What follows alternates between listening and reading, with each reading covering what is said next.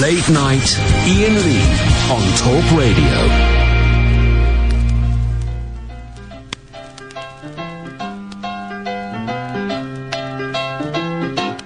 Laugh me a laugh, grin me a grin, and then I know that we can win. Dance me a dance, joke me a joke, and blow the clouds away. You gotta play me a tune, or sing me a song, and we can help push life along. Just you and me, come on and see, together we'll be okay. Open the door, open your heart, and then we've got somewhere to start. Just turn around, look what we found. Today's a brand new day. You gotta run with me now, I'll show you how. The world is waiting, take a bow. Show them it's you, what you can do. Together we two can win. A rock on Tommy, dance to a tune that this guitar sings. A rock on Tommy, just get up and spread your wings. Spread your wings, follow me through into the sun, and we can smile at everyone. You gotta join in with me, then we are free. It isn't hard to do. I said life is a song, so just sing along, and then we know we can't go wrong. Just you and me, come on and sing. Together we'll be okay. Together we'll be okay. Together we'll be okay.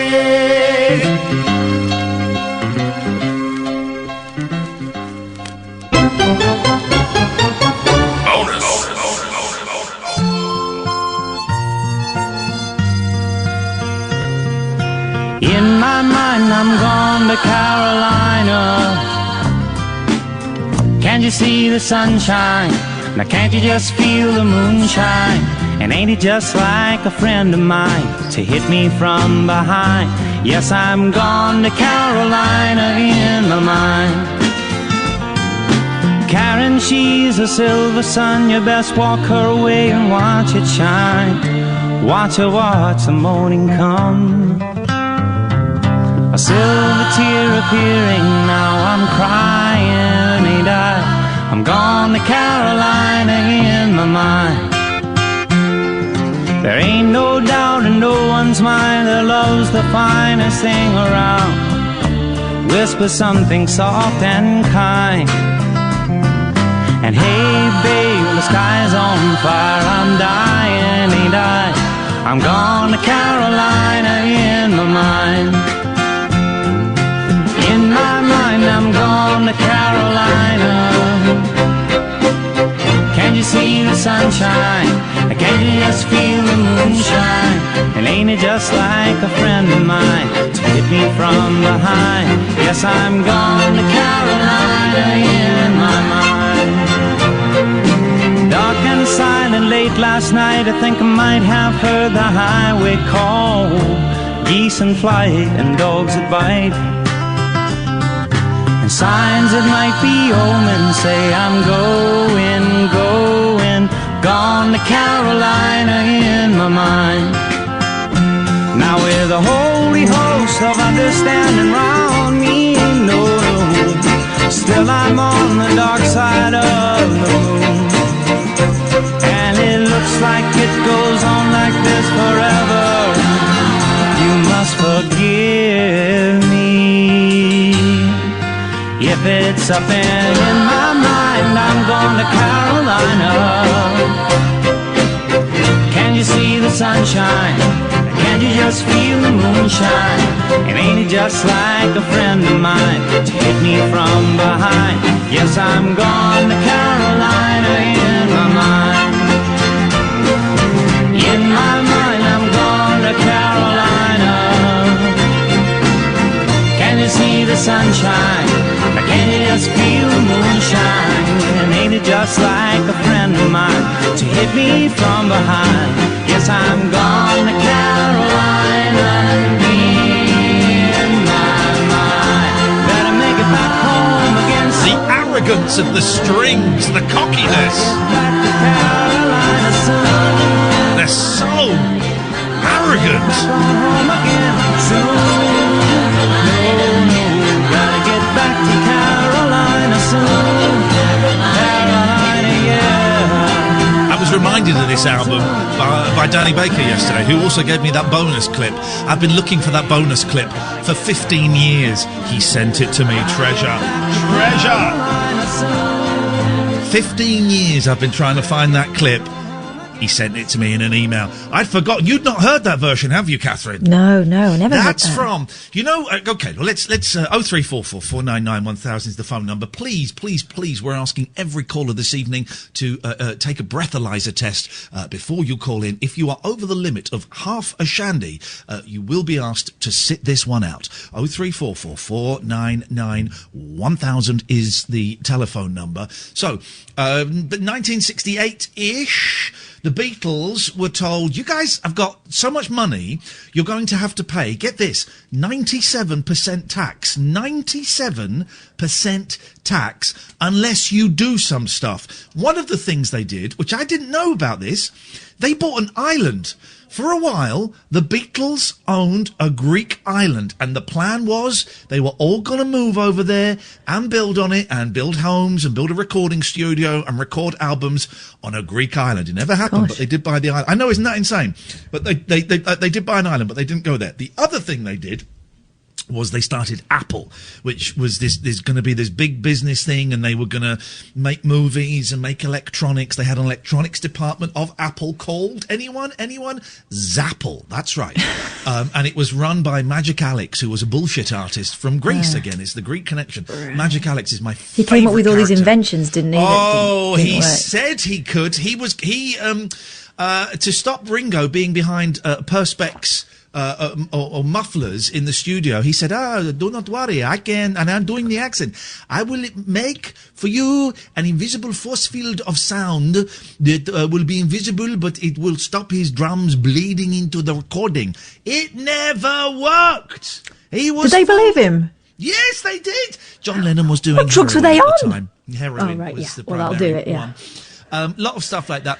And Ian, so what they also did is they went on, John Lennon and Paul McCartney of the Beatles thereof, went on a television show in America. I think it was The Tonight Show. And they said, it's time to give back, so if you're an artist, if you've, if you think you've got talent, then we want to give you money and make you, help you make records. And they also put an advert in some newspapers saying the same thing.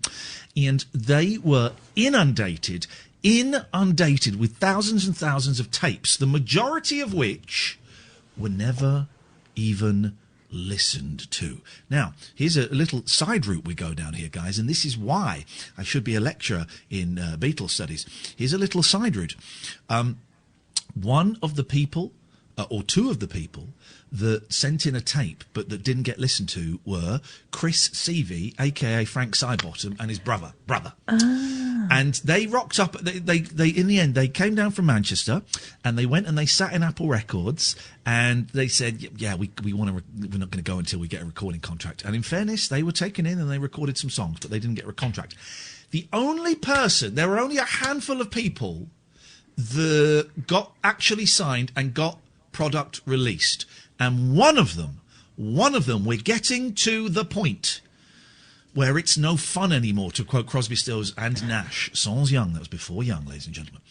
One of those people was 20-year-old heroin addict Mr. James Taylor, and he sent a tape in. I think I'm going to put my neck on the line and say George Harrison liked it, and he came in and he recorded an album, and it was released. It was produced, I believe, by Peter Asher, and it flopped miserably. It's quite up-tempo, that version of Carolina in my mind. We all know it as a slower ballad, but that one rocks. There's a few songs on there that a bit later become famous stuff, but basically the album sold 0 copies. And yesterday, Danny Baker reminded me that album is wonderful. I used to have it on cassette. I bought it, I believe, for £1.99 in a sale in HMV on cassette, and it's an absolute joy. Now, the next Beatles connection from that album, Katherine, I am going to read out, basically, George Harrison nicked something from that album. I'm going to read, 1968 this was, James Taylor by James Taylor. I'm going to read the song titles. Stop me if you've heard this one before, okay? I think I do know this, but go on. Track 1, Don't Talk Now. Track 2, Something's Wrong. Track 3, Knocking Round the Zoo. Track 4, Sunshine, Sunshine. Track 5, Taking It In. Track 6, Something in the Way She Moves. There it is. There, ladies and gentlemen, George Harrison nicked the line, Something in the Way She Moves attracts me like no other lover, for his song, Something, I guess it was, yes. So, there we go. That's the opening of the show. It's a Beatles lecture. The cardigan has come off. The yellow glasses are working their positive energy, and God damn it, I'm exhausted. My name is Iain Lee. This is the Late Night Alternative. Welcome, welcome, welcome. 03444991000, a phone-in show unlike any other. But hang on a second. Who's the bird? What? Me? The flange. Who's the flange? What? Who's the bit of skirt? Sorry, I was referring to you, young lady. Wow, okay. Well, even that is inaccurate. I'm a 42-year-old professional of 20 years. Prove it. And technically, I'm kind of running this show. But don't let that put you off. Right. That's the thing. That's the My name's thing. Katherine She's right. Boyle, and Katherine I'll have Boyle, none of your pleasure to meet nonsense. you. Pleasure to meet you, and I'm socially distancing when I say that, and I'm excited, very, very excited to socially distance you today. Oh, I was sent a story about social distancing. I've got so many windows open. Let me just. Well, literally, because apparently that's one way to not get it if you've got a nanny. Oh, that means open. I thought it meant windows on tabs. Iain Lee dildo. Let me just type in and see if that. I'm just trying to find a story that someone. Okay, you find that. I'm just going to adjust my record player because it looks like the cat's been bouncing off it again, and it's hanging off the side of my cabinet. Hang on. Oh no! 03444991000 is the telephone number. If you want to give us a call, why can't I? Let me just. I had a. Yes, exactly. I had an excellent story. Let me just see. Not there. Oh, first of all, here's a song by an 8-year-old. It's not mine, unfortunately. But let's just play this. I meant to play this last week. Here we go. I wonder what's inside your butthole. I wonder what's inside your butthole. Maybe there's astronauts and maybe there's aliens all inside your butthole. What's inside your butthole? I always want to know. What's inside your butthole? I always want to know. That's What's Inside Your Butthole by a young child. But it bought me time, but it didn't buy me enough time. It didn't buy me enough time. So I'm just going to type in here, social distance dildo. Did I mean that? Yes. The person who tweeted me the story about the social distancing dildo, please. Oh, I saw that. Have you got it? I haven't got it. No, I've seen it online, but I haven't got it. 3444991. It was the Sunday Sport, wasn't it? Oh, that was it. And I've subscribed to the Sunday Sport now. You've spoilt it for yourself. I never. Hang on a minute. I'm following. Let's take a break. When we come back, we're going to get slick. This is Talk Radio. Late Night Iain Lee on Talk Radio. Can't find the story, I'm afraid, guys. I can just find the picture, and it really is an absolute delight. 03444991000 is the telephone number. Let's go to, well, okay, I'm going to say something, Katherine, and you're going to think something, and then we're going to hear something that we don't expect. Are you ready? Okay. Let me go through that again. I'm going to say something. Yeah. You're going to think something, and then we're going to hear something that neither of us were expecting. Well, I'm expecting it. You're not expecting it. Do it. Hello, Alan. Yeah, hi. See? I told you. Alan, what can we do for you, please? We were all expecting something. Oh, by the way, I'm being told that I'm very quiet and Katherine is very loud. Sam, is there anything I should be doing, or should you be doing something? Well, that's more on me, but it seems fine my end. I've had 2 people on Twitter, and one of them is Dredge. If it was just Steve Ovell, I wouldn't believe him, because that guy's a fantasist. But Dredge, he speaketh the truth. So, what's his problem with a forthright woman? I do not know. Alan, how can we help you on this wonderful, wonderful evening? Yeah, hiya. No, it was just that everything, we're all obviously concentrated on the coronavirus at the minute. The what? The virus at the minute. Okay. Not sure what you're talking about, but all right. Well, yeah. But everybody's forgetting that ISIS are still on the go.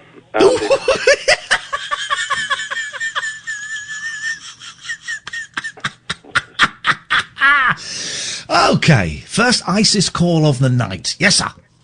Yeah, they're on the go. They've tried to do a breakout in Syria of late. The Kurds are having to deal with this as well as with the coronavirus. Are ISIS immune to corona? Is that what we're saying here?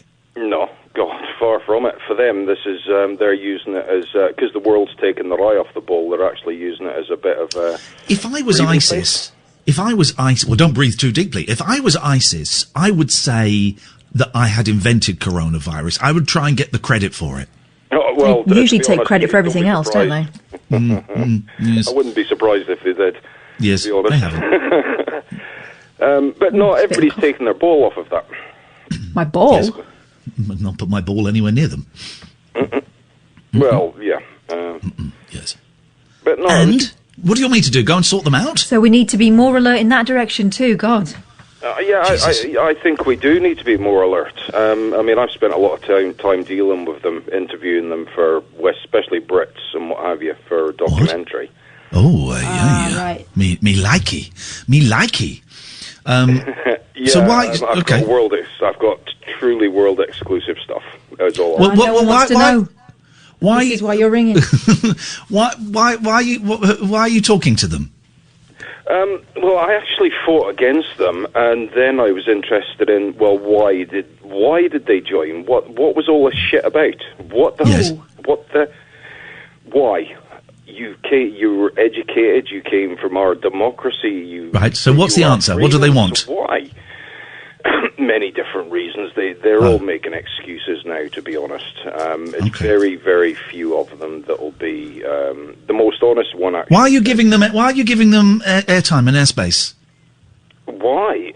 Why? As I say, I used to fight against them. Okay, and now you're publicising them. I'm not far from it. Trust me, I'm going to. Well, a documentary would air their views. A documentary. Destroy them. Because some of the stuff that they're coming out with, you get to see the real face of them. Well, no, but here's the thing, Alan. We know, you, me, Katherine, and I'm assuming Sam, although I'm suspicious, we know that ISIS are bad, right? Yeah. But the people that support ISIS, and we'll watch this film, and we'll go, yeah, I knew it, they're bad. But the people that support ISIS will watch this film and go, yes, get in there. And there's also the chance that the people, well, you don't know that. No, and I there's do. also, well, you, with respect, you don't. I do. Because, well, you don't. I don't publicise. I have no sympathy for them. No, but the people that watch it, the people that support them, will watch it and go, yes, man, get in there. Well, you know, they're sat there, they're making excuses. Well, no, they're putting forward. They're not, though. I can't believe I'm defending ISIS against you, dear God. But anybody who thinks it's okay to behead somebody, isn't going to be turned off by your documentary. No, but you're not going to change anyone's opinion. Right, there was one woman I was sitting to. She's sitting there and she's giving it this bullshit. I wanted to be... What's your language? Alan, what's your language? Second today. I can't help, I kind of get a bit... Will you do it one more time and you're off? Rescued a Yazidi sex slave during filming. It's never been done before. Now, that in itself is going to be... People are going to be crying when they see some of this footage. Okay, but the point I was making, and it would be great if you could address that, is that you will not convince anybody who is pro-ISIS to be anti-ISIS.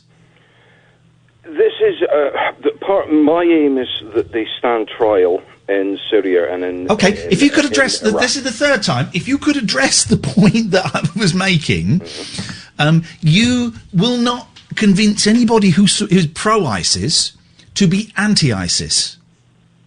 Well, they're there. There's nothing you can do, nothing I can do about them. Because a minute ago you said you would be able to convince them. So, no, okay. I didn't say I'd be able to convince them. Yes, you did. I said that it you would literally not did. Be, that was when we were doing the you won't, you will, you won't, you will. It would not be any sort of propaganda. It would not be anything beneficial to them. But that's not what we just had a back and forth childish argument for. Okay, fine. But why are you telling us? Because I'll be honest, I don't really care. All right, okay. Catch you later.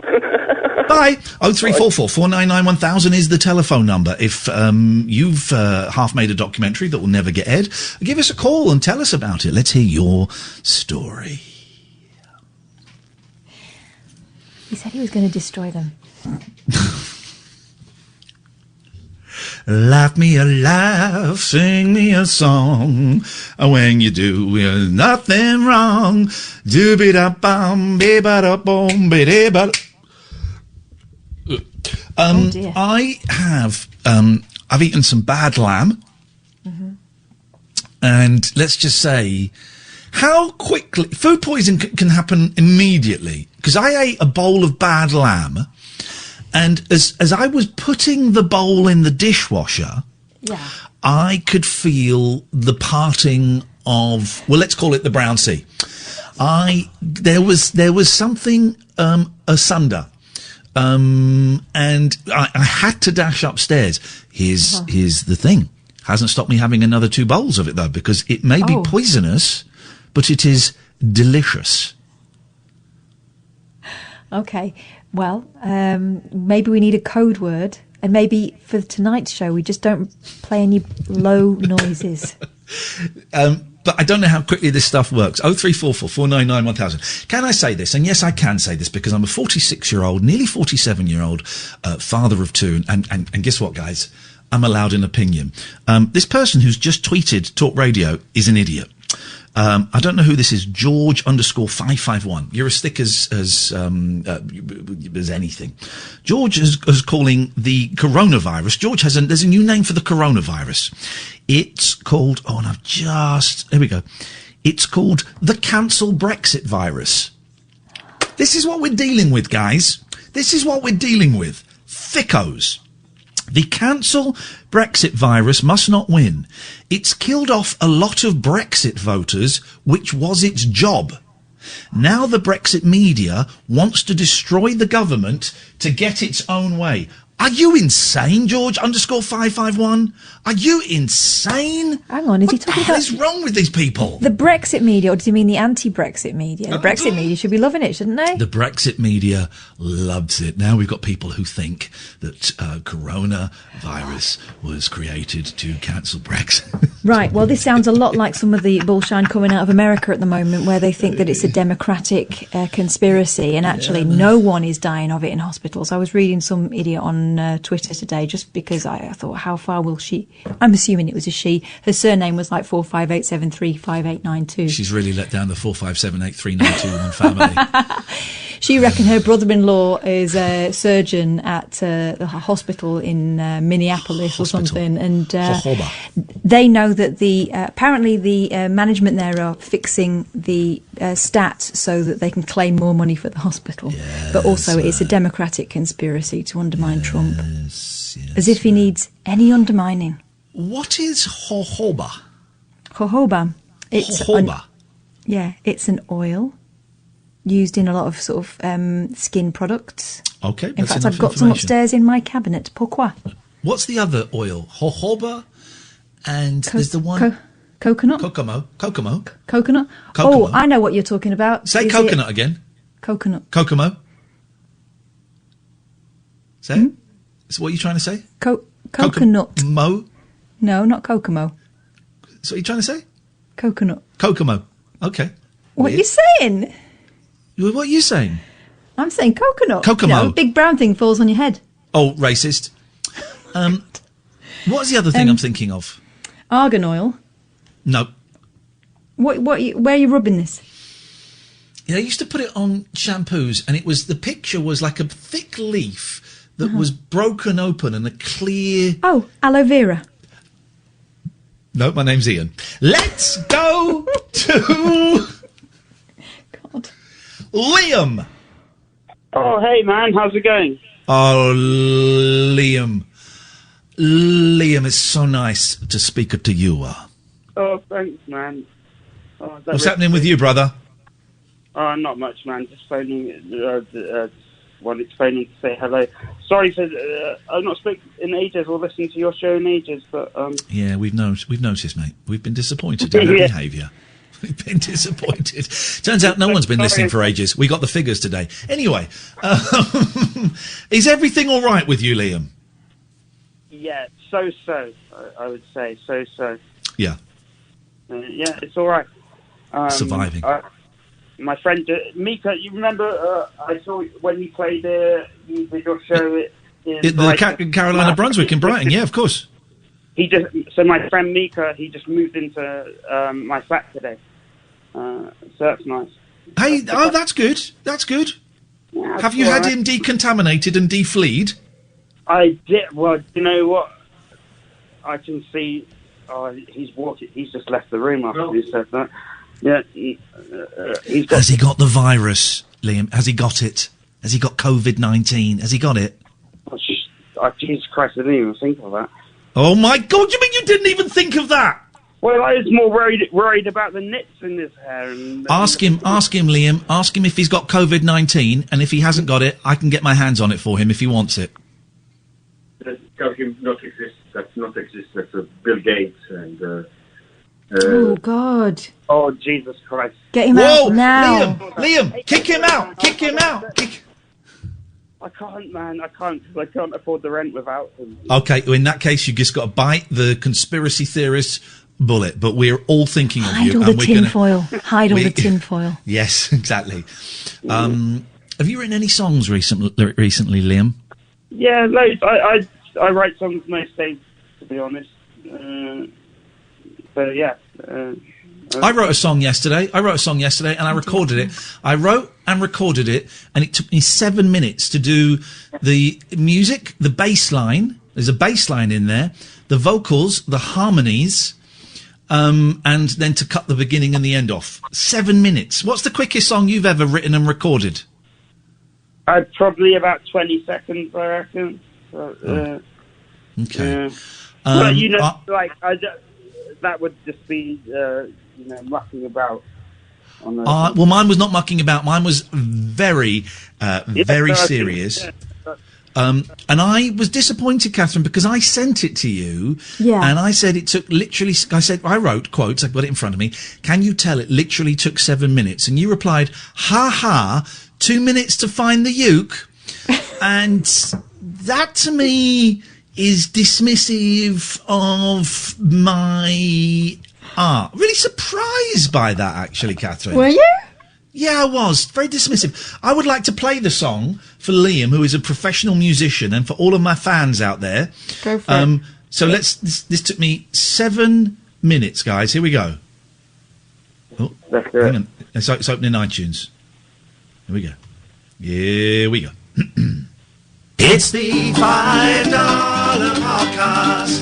It's the $5 podcast. Well, you paid $5 and you have got a podcast. It's the $5 podcast. Careful, that sounds a lot like brown noise. Now that was loud. I recorded some brilliant. I recorded a really high level of quality and volume. What did you think to that, Liam? I thought that was lovely. You're being sarcastic as well. Go off to your weird friend. No, goodbye. 03. Go. Goodbye. He's gone. Goodbye. 0344 499 1000 is the telephone number. I'm a polymath. Hang on. Polymath isn't the one that sleeps with like loads of different men and women at the same time, is it? Good. No. I'm a polymath. This is Talk Radio. Late night, Iain Lee on Talk Radio. I thought that was an excellent song. 7 minutes. That's for my new podcasts that I'm going to be doing.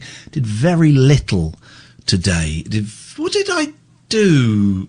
What did I? Oh, I drove to get some exercise.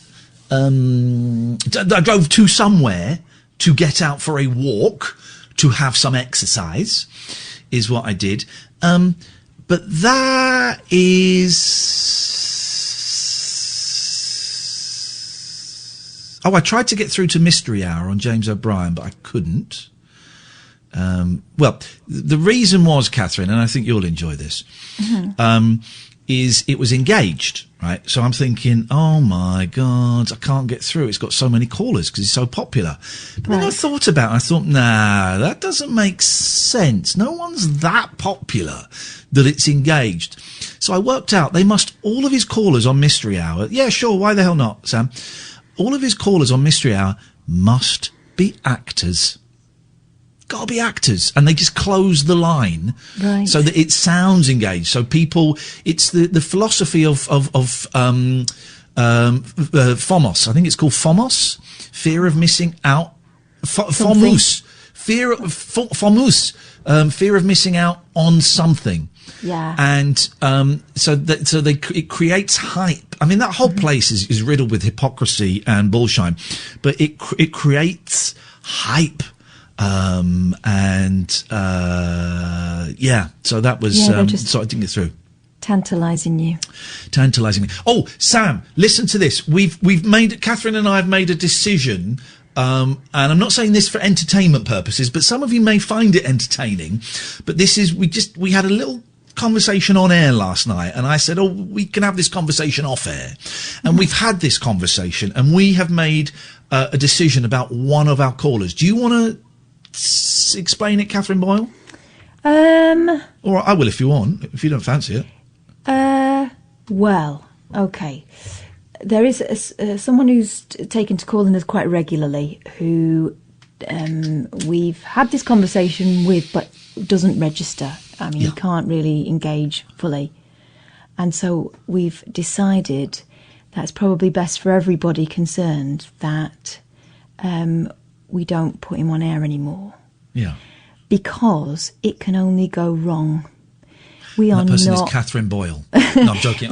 We're not trained to deal with someone, with someone with that sort of complicated a problem. And what we don't want is to upset that person in any way. No. Or to somehow be entrusted with more than we can deal with. People on YouTube are going, please, dear God, let it be Barry. Unfortunately, it's not. It's other Nigel, not Nigel from Maidstone. He's still coming on. It was another guy called Nigel. He's been calling us pretty much every day, I would say. I think maybe last 10 days or something. And he's a really, really nice guy. He's a really nice guy, very bright guy. I think he said he was 60. Yeah. Very intelligent, beautiful use of language and imagery. But if you have heard his calls, you'll understand why we've made the decision. Part of me felt it was exploitative. Part of me, it also upset me, taking those calls. It's a minor concern, but still a concern we have to bear in mind. But as Katherine says, his struggles to grasp reality, whatever that means, he's kind of beyond what we feel comfortable talking to and with and dealing with. Dealing is the word I wanted to use, but I held off. He is beyond what we feel comfortable dealing with. Nothing against him. He's not done anything offensive in the calls. He's not been malicious or unpleasant. He's been absolutely charming, and I've enjoyed talking to him. But we have just decided that it's not in anyone's best interest to allow him to come back on. Nigel, I don't know if you're listening. I don't know if any of this is registering. Again, not you, Nigel from Maidstone, the other Nigel. Wish you the best of luck, man. Really wish you the best of luck. So, Sam, if you could just keep an eye out, and we won't be answering those calls. The other thing is that it kind of yesterday there was a call afterwards, sort of critical of that person, even in the most oblique way, and I just don't think it's fair. I don't think it's fair. No, so we made that decision, and 0344 499 1000. We like to be honest with you, dear listeners. I just because we mentioned it on air, and I just it would be easier to not have had this conversation on air with you, but I just think it's fair that you kind of understand our way of thinking and what we're trying to do here. We're trying to create a house of love. Not like that, you dirty buggers. Let's go to James. Good evening, James. Good evening. How are you doing? None of your business. What you got? I wanted to raise a question. When I'm going out and about, I'm seeing people with gloves on and masks and all the corona protection. But the gloves, I don't understand what that's about, because you wash your hands anyway. So if you're keeping them on for a long period of time, you carry on with him, Kath. I'm just going to go and get something. Okay. What's he going to go get? None of your business. Oh wow. Probably some gloves. So what, you're concerned that they're wearing gloves and it's not doing anything? Well, if they're not using them properly, it isn't doing anything. But I must admit, when I was going to the supermarket, I would have a pair of gloves that I would put on after I'd left the car, when I touched the supermarket trolley, and I took it off before I got back in my car and binned them. Yeah, that sounds good. But even then, you could just wash your hands when you get in, or... Because if you keep my hands are... Yeah, but it's in the meantime when you're walking around the supermarket and you sniff or you rub your nose. Yeah. I put them on. But then, if you're watching on YouTube, you'll see what I went to do there. Katherine has very kindly, and it's steaming up my yellow glasses, so I'll take them off for a minute, has very kindly made me a face mask, several face masks.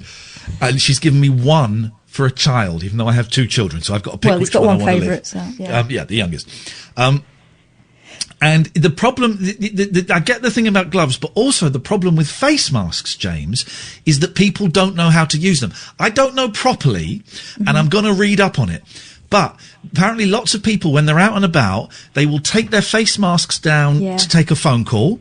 Yep. They will take their face masks off and then put them back on again and do all of those things. What you're supposed to do, I believe, and I'm going to read up on it properly. There was an article the other day and I didn't read it properly. Just retweeted Dr. Ranj's advice on it. He was really good with it. You put the mask on and you leave it and you don't touch it. That's pretty much it, isn't it, Katherine? You do not touch it until you get home. And if it's one you can wash, you then take it off and you put it in the washing machine. If it's one you have to throw away, you take it off, you throw it away, and after both of those, you wash your hands. But the advice at the moment, and it does keep changing, so it's really difficult, because at first we were told, it's pointless, don't worry about it. Yes. Now the suggestion is, if you're going to an enclosed space where you cannot avoid people... So, if you're one of the people being crammed onto buses or, using the tube or whatever, then you put it on with clean hands and you don't take it off until you are out in the open air again. Yeah. You don't need to wear it in your car. You don't need to wear it in the park. But if you are going somewhere where you're indoor, you might feel in a supermarket, you might want to do that. But it's mostly for really enclosed spaces. At this point, that's what the advice is. But again, that may change again. Yeah. Hang on, Sam. Say that what you've just typed on my screen. Is that the law, or is that? Tell me what you've just typed on the screen, Sam. So I was told today that as of Monday, when I get an Uber home, you have to wear face masks in Ubers now. As of who has told? Is that company policy? Is that Uber policy, or is that law? I believe it might be law, because it wasn't... It makes sense. It's probably to protect the Uber driver. It's not to protect you, it's to protect the people around you. But, if they're wearing a mask as well, you're protected. Well, the mask... Go on, James, sorry, you were saying something. So some of the projections of how long it's going to be around coronavirus, and a lot of us apparently have already had it or may have had it and recovered. So I don't understand how we can live like this with masks and paranoia, and it's just crazy. I've not been wearing a mask myself. I've not been doing gloves. I've just been washing my hands and just trying to be sensible. But to be honest, when I washed my hands for 20 seconds, it made me realise how often I've not, in the past, been washing my hands properly, because that 20 seconds was a long time, that first time that I did it. No, I get it. For some reason, I have in my head we're going to be living at some level like this for about 3 years. I have no science to back that up. It just feels to me that we're going to have 3 years of it being almost as extreme as this. Of course, some of the members of the WHO, Pete Townsend, were saying that the coronavirus could be around forever. So this, we may be beginning a new chapter in humanity, but. That's up to you. I'm not going to wear the mask unless I'm going to wear it next time I go to a supermarket. If I probably won't wear it in a petrol station. I won't wear it out for my walk because I live kind of in the country and I don't really see many people.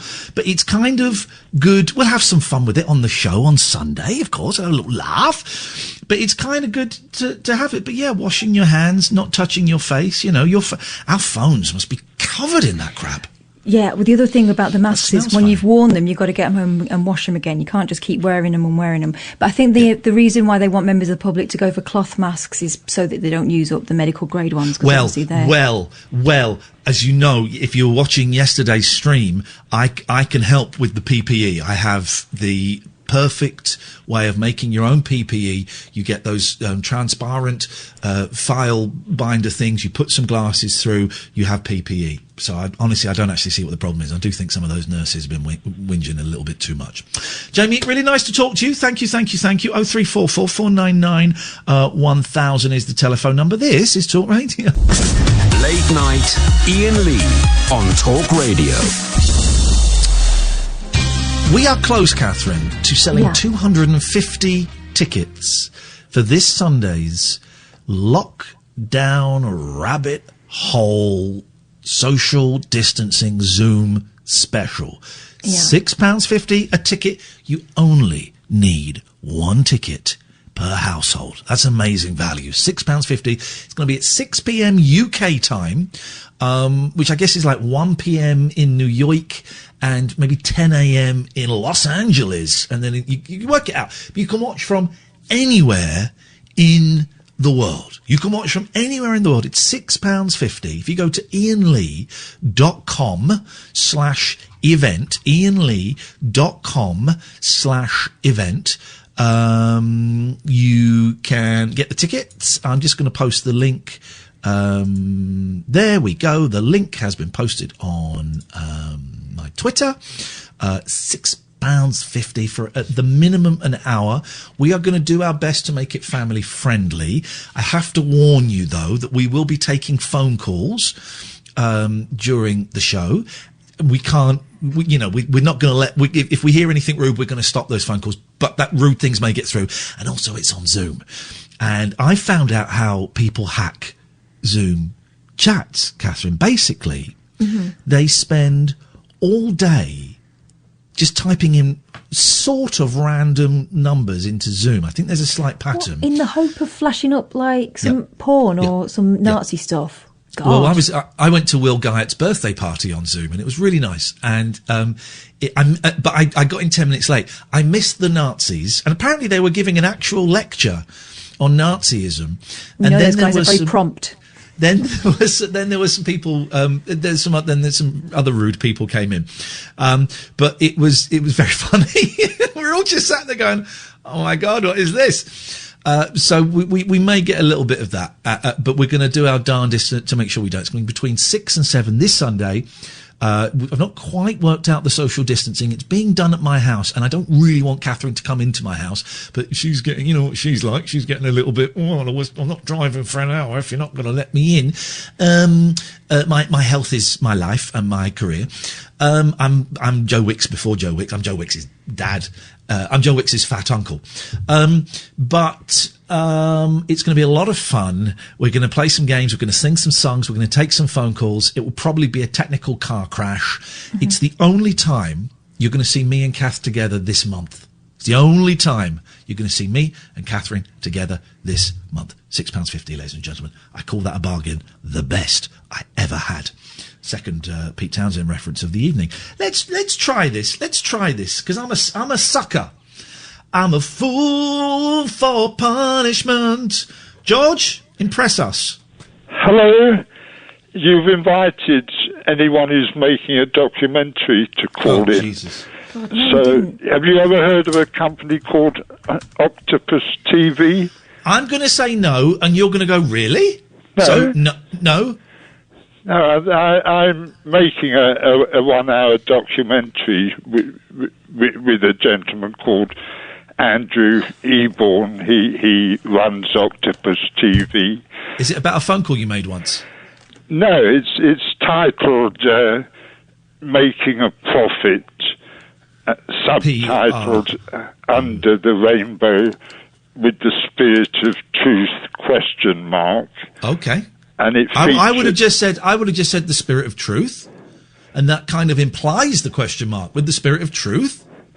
Well, you don't need to say question mark. You could say the question mark by just spirit of truth. That to me says question mark. You don't need to say question mark. It will feature 6 actors auditioning for the starring role in a film. Brilliant. And it's really exciting. What happened when we came to your house? Yeah. You were being filmed for a documentary then. What happened to that one? Yeah, you were. Well, I'm not aware that I was being filmed for a documentary. Well, there was a guy with a camera filming you.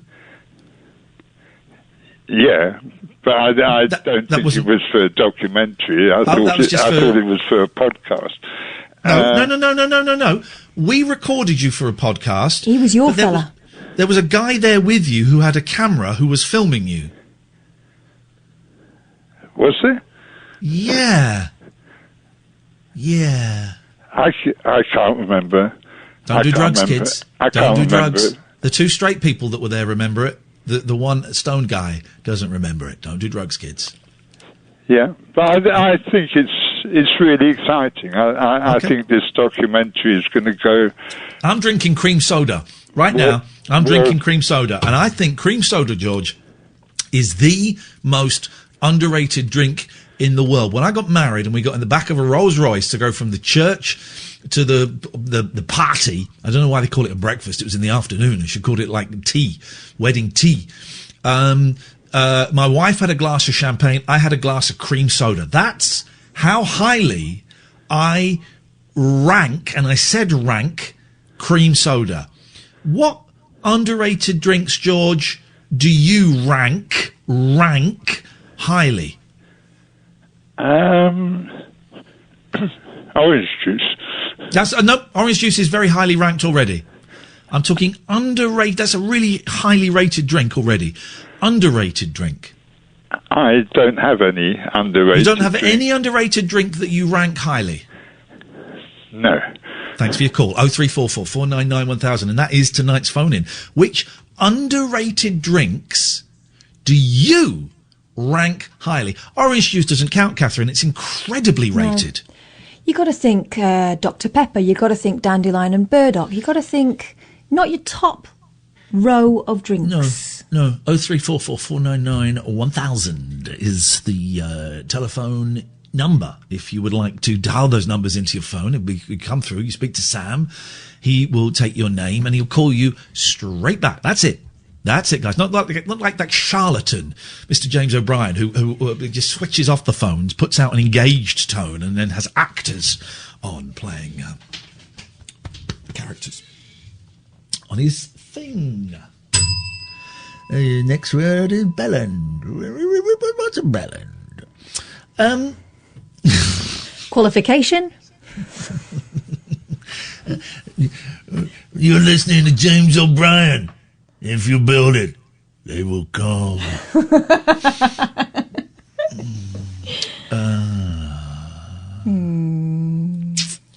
Well, that was a blistering. Yeah. That was a blistering 54 minutes. We've stopped 4 minutes short of the hour. And had we managed to keep that going, it says here, but Kath can't visit your home. Check the guidance. It's for work. And we're gonna have a sheet or a sheep between us. Okay. And we're gonna practice social distancing measures. Who's tweeted you that? Someone has texted us that on 6405. Oh, well, that's very careful and helpful of you. But yeah, it is for work. And Prime Minister said, if you can do it from home, do it from home. But I can't, so I'm going to go to work. She can't. So she's got to do it from home. Apparently is what we should be doing, but I won't be going on the bus. It dawned on me today, I'm not going to go to a city this year.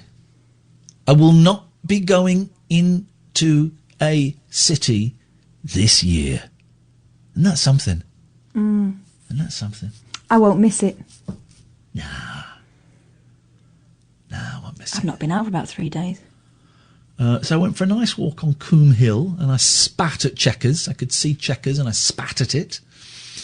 I mean, it's about half a mile away from it, so no chance of getting it. And when I say spat, I didn't actually spit. I was walking up a hill and I was too exhausted, but I thought I could spit at you. So I did that. It's been the last 3 days have been a real old slog, I'm going to be honest, Catherine, a real old sloggington. I've got to get the boys tomorrow. I'm going to get the boys hopefully tomorrow night. I was woken up by the cat. All night the cats were just running around like idiots. All 4 cats just like fighting and playing. And then you told me they were screaming all night. They were screaming and fighting, running over me and stuff. And I woke up about 5:30 because I heard this banging in my room. And I turned on the light. There was toilet paper all over the floor. And my boys, I bought them these journals. They sort of, you know, the way filofaxes are done. It's like a little sort of leather book. And it's got the pages are clipped in.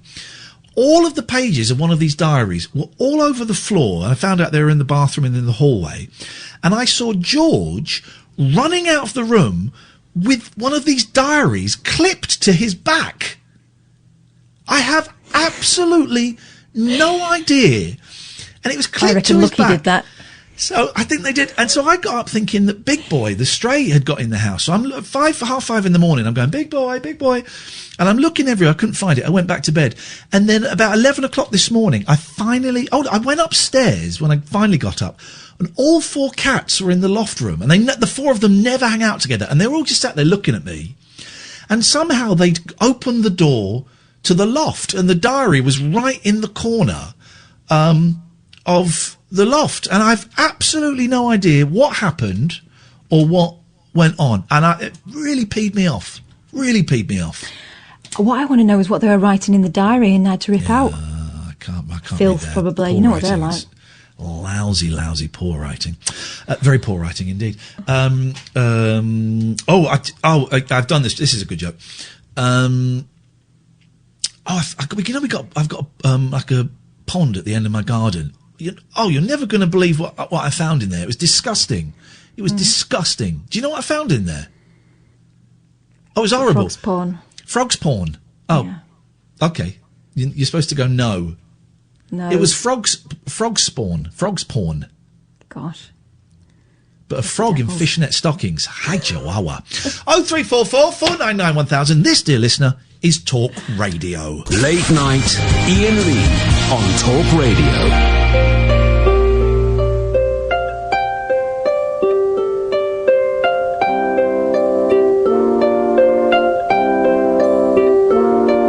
Now I love my baby, and she's bound to love me some. Yes, I love my baby, and she's bound to love me some. Now she throws her arms around me, just like a circle round the sun, yeah. I lay down last night alone, just to try to take my rest. Yes, I lay down last night alone. I was trying to take my rest, but my thoughts, they just kept wandering, like them wild geese in the west. Hey, hey.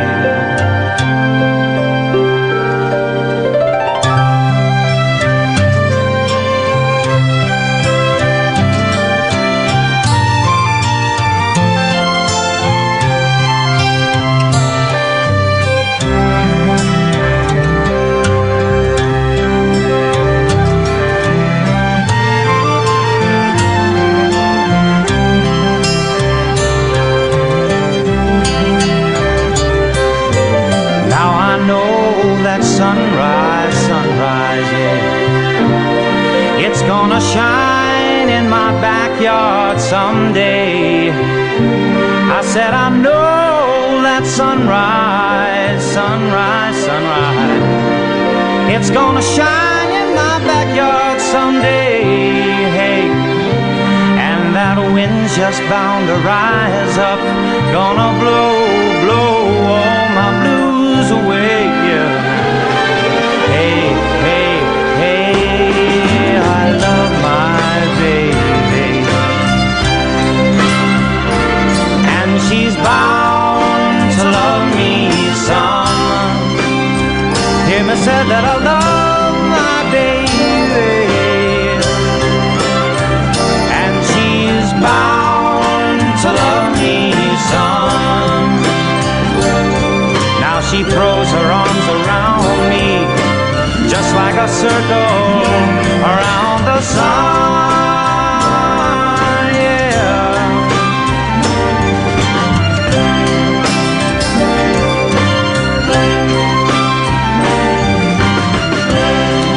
20-year-old heroin addict. I mean, it's just...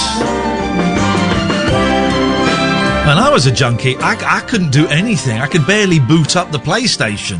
James Taylor's recording masterpieces like that at the age of 20. Heroin addict. My God. 0344 499 1000. Let us go to the phones and then we'll see what happens. Good evening, Terry. Hello, mate. Hello, Ian. Can I get a shout out for my brother, because he's a massive fan. He was the one that introduced me to Talk Radio. No, you cannot.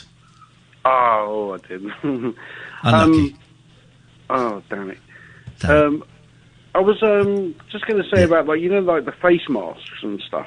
Yes. So, I was in Lidl today and just, you know, did a little bit of shopping, like get some daily bits and pieces. And then you noticed that, like, there was a couple of people that had face masks on, which they don't seem to acknowledge the 2 metre distancing, you know, like more than most people. So what do you think about that? Well, I don't think you can say that the majority of face mask wearers ignore the 2 metre social distancing. Okay, not the majority, yes. Okay, so are you suggesting, I'm going to get this right, that people that wear face masks don't stand 2 metres apart? Well, I'd say some people that wear face masks maybe feel a bit safer. Maybe. So they might not. But then I've also seen people without face masks standing too close. That's true. Maybe you just notice them more because they've got the face masks on. Well, yeah, I guess so. Yeah, maybe it's relative, isn't it? So it's all relative. Stay safe, stay alert. Are you being alert, Terry? Trying to be, mate. Yeah, I mean, tell me 3 things you've noticed today through your alertness. What I've noticed. 3 things. You've been alert. Tell me 3 things you've noticed through being alert. Tell me them now. Well, I don't know. I don't really know what the heck. That's like a bizarre thing. You said you've been alert. What did you notice then? I've not been alert today. I've been very unalert today. So, well then, so have I. There we go. You say. I thought so. Yeah. Mia. Terry, do you have do you drive slowly? Do you have a drink that you really rate, but is otherwise generally unrated? But hang on, what was the phrasing, Katherine? Underrated. Do you have a drink that you really rate that is generally underrated? What's that, like alcoholic or not? Like Any. A drink where I you like go... mango juice, that's very nice. I like now, that. Okay, very gloopy, isn't it, mango juice? It's a very thick drink. But I also, if I would have to say alcoholic, I would probably say Heineken, like Heineken. Well, Heineken is very highly rated by the... It's a mainstream drink. Very highly rated. I'll give you an example of an old-fashioned drink that I revisited a couple of years ago and thought, this is actually all right. I can see what my mum was doing in the 80s. Yeah. Tia Maria and Coke. Oh, do you know, it's just very surreal talking to Iain Lee and Kath, as it is. Oh, we're not real. No. We're holograms. We're holograms. You're welcome, Terry. 0344 499 1000. I watched a brilliant episode of Rick and Morty. I know you don't really dig it, Kath, but it's nuts. It's this really foul-mouthed cartoon by Dan Harmon, the creator of Community. And the episode's a new episode. If anyone's seen it, it's the one where they're on a train. And it's so insane. The train... so they're on a train, and the kid says, well, what are we doing on the train? And the professor, his granddad, I can't remember which one's which, Rick. Morty, surely. No, Rick says, the train is a story device. Oh. He said, what do you mean? He said, it's literally a story device. What, to propel the story along? Well, yeah, but this train is real, but it's also literally a story device that creates the story.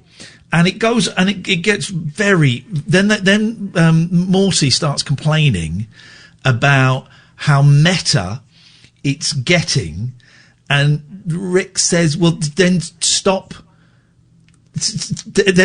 talking about it, because you're making it even more meta.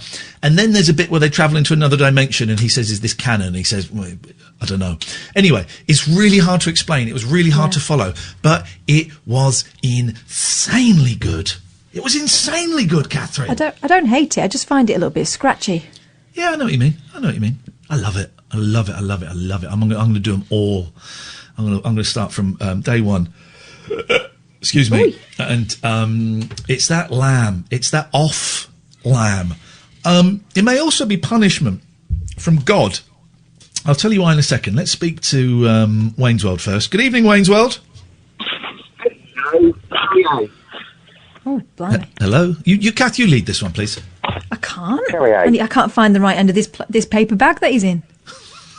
Oh, sorry. Can you hear me now? Perfect. Thank you. Underestimate is cherry aid. I'll give you that. Thank you. You know it's a party if there's cherry aid. You take the bottle back, I'll give you tuppence. Oh, indeed, yeah. I bet people can't remember. If you take a Domestos bottle back, you get tuppence on that as well. I don't remember the Domestos, but I do remember taking like Tizer and cherry aid back. And I also remember the seltzers, you know, the squirty, but the bottles of... Take those back, you get tuppence. Or a penny. They might have been a penny, actually. God, how old am I? I know. Did you used to cheat, go at the back of the public house, take all the empties and take them to the front of the little... the pubs in them days used to have an axe, didn't they? I didn't. I think my dad did. I didn't do that because I'm not a scumbag. I'm not a scumbag. I want society to work. I've got another topic, if you don't mind. Oh. Please. People who've underestimated. Can I say narrators? Because I find them very important. Okay. And he sat back and waited for reaction. Well, yeah. Narrate voiceovers, don't laugh. I mean, I'm a great fan of the Archers, and I'm listening to episodes because of the coronavirus. I'm listening to episodes what happened 20 years ago. Voice is very important to me because I don't watch a lot of telly. I'm very much into radio. And when I do watch telly, the narrator, he really puts you in it. And I was wondering if you could help me on something. There was a guy... I can narrate. All right, I'll narrate. Go on. I think you'd be good at it because you're articulate. Wayne started speaking into the phone. Sorry? And apologised. I have done, because did I put in? He repeated that he had apologised and explained why he was apologising. I know. How rude. His voice softened as he realised he was a jerk. Oh, don't say that. He felt heartbroken at the realisation. Oh, my God, you are good. But you know, it was true. But then again, Katherine has got a very soothing voice. He started pleading to the female, thinking she'd be a softer target. Yeah, Don't come crying to me, she said. He was wrong. Oh, God, it's getting worse. I was hoping the female would bail me out. He said, pathetically. I know. Wayne felt sad and lonely and decided to put the phone down and masturbate for the rest of the night. Oh, come on. That's what you said. Yeah, you did. I did not say that. You keep me tongue-tied. I didn't get you. I just narrated what was going on. I quite like that. We'll do that again. You've been listening to a TLNA production. You might have got 2 hours looking at me. It's not going to happen. Oh, chapter 2. Okay, I get the drift. You're very good, yeah. Please, yeah. Wayne praised the hosts of the award-winning radio show, hoping they'd go softer on him. Instead, they doubled down. No, that's exactly the reason. I mean, I listen to other radio forms. I would not phone in out of loyalty because I like the way you treat people. The hosts were sitting uncomfortably. It's hard to sit comfortably with a strange man's tongue up your bum. Wayne. Wayne's well. Come on, right? Okay, so you want to big up narrators, and I think narrators are, particularly during something like COVID-19. I think narrators are really, really underappreciated for the hard work they put in narrating. Anything else, Wayne? Yes, please answer if you can. There's a guy talking about voiceovers.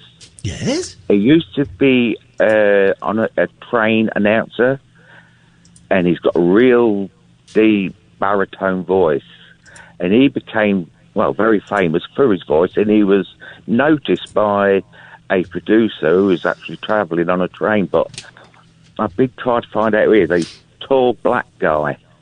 Oh, he's not the guy that does cashier number 4, please. Was it Lenny Edwards? Lenny Henry. Oh, So it was Sir Lenny Henry, wasn't it? Sir Lenworth of Henworth. It was Idris Elba, wasn't it? Idris Elba. Isn't that how he got his job? That's it. Idris Elba. Wayne, thank you. 0344 499 1000 is the telephone number. I, of course, Catherine, said Idris Elba as a joke. Is that really how Idris Elba got discovered? No! Is it X? I don't know. I better check. Late night, Iain Lee on Talk Radio. 0344 499 1000. I have stopped applauding. Oh. I've stopped applauding. Yeah. Stopped applauding. It seemed quieter today, actually, on our street. Yeah. Not saying I'm never going to do it, because I didn't have the boys tonight, so it was an easier decision. And if the boys were to go, oh, it's Thursday, can we applaud? I would do it. But then I might also have a conversation with them. I don't think they would. I know they enjoy it, but they also would forget it was happening. And I have made the decision I'm not going to clap any more.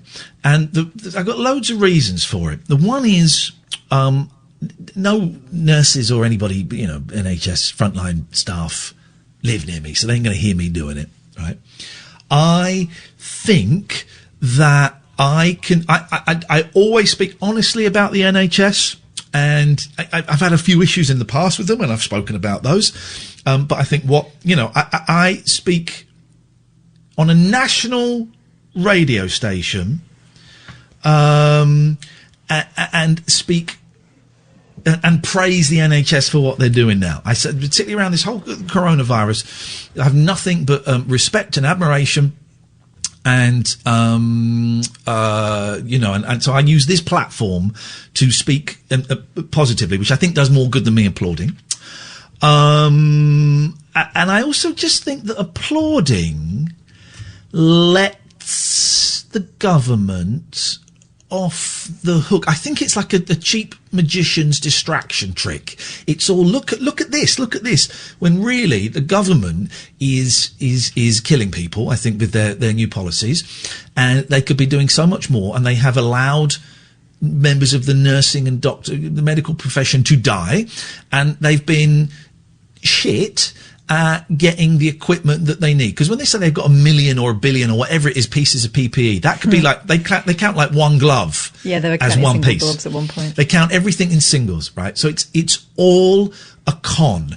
So I don't need to stand in my street and applaud for me to know that I have nothing but respect for every person who works in hospitals and doctor surgeries who is risking their lives right now. And I mean doctors, I mean nurses, I don't think the canteens are open, but the people that provide the food for the patients, the porters, the cleaners, everybody. I include everybody in that. And I just think Gatford makes the point on the YouTube. Pay the nurses. Pay them. Here's what's going to happen at the end of this in a year, 2 years, 3 years. Everyone will go, well, that was, those guys were great. Now we give them the pay rise, and the government will go, yeah, unfortunately, we haven't got any money left. And they might get a little tax bonus or a little tax relief or a little, a few £1,000 bonus, but they won't get an increase in their salary or anything like that because the country will be bankrupt. And I think that by standing out and applauding every Thursday, it's not disrespectful at all. I think it's a con job by the government. The fact that LBC, I listened to a lot of LBC today, and they were really going, they were playing Trails. I don't know if they play them on here. Trails.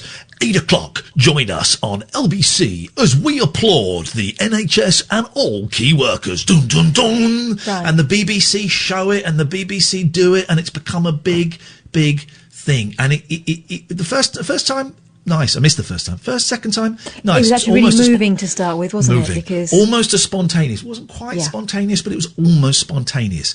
Now, I think it lets the government off, and we get the shots of Boris Johnson and I can't remember the name of his partner coming out of 10 Downing Street.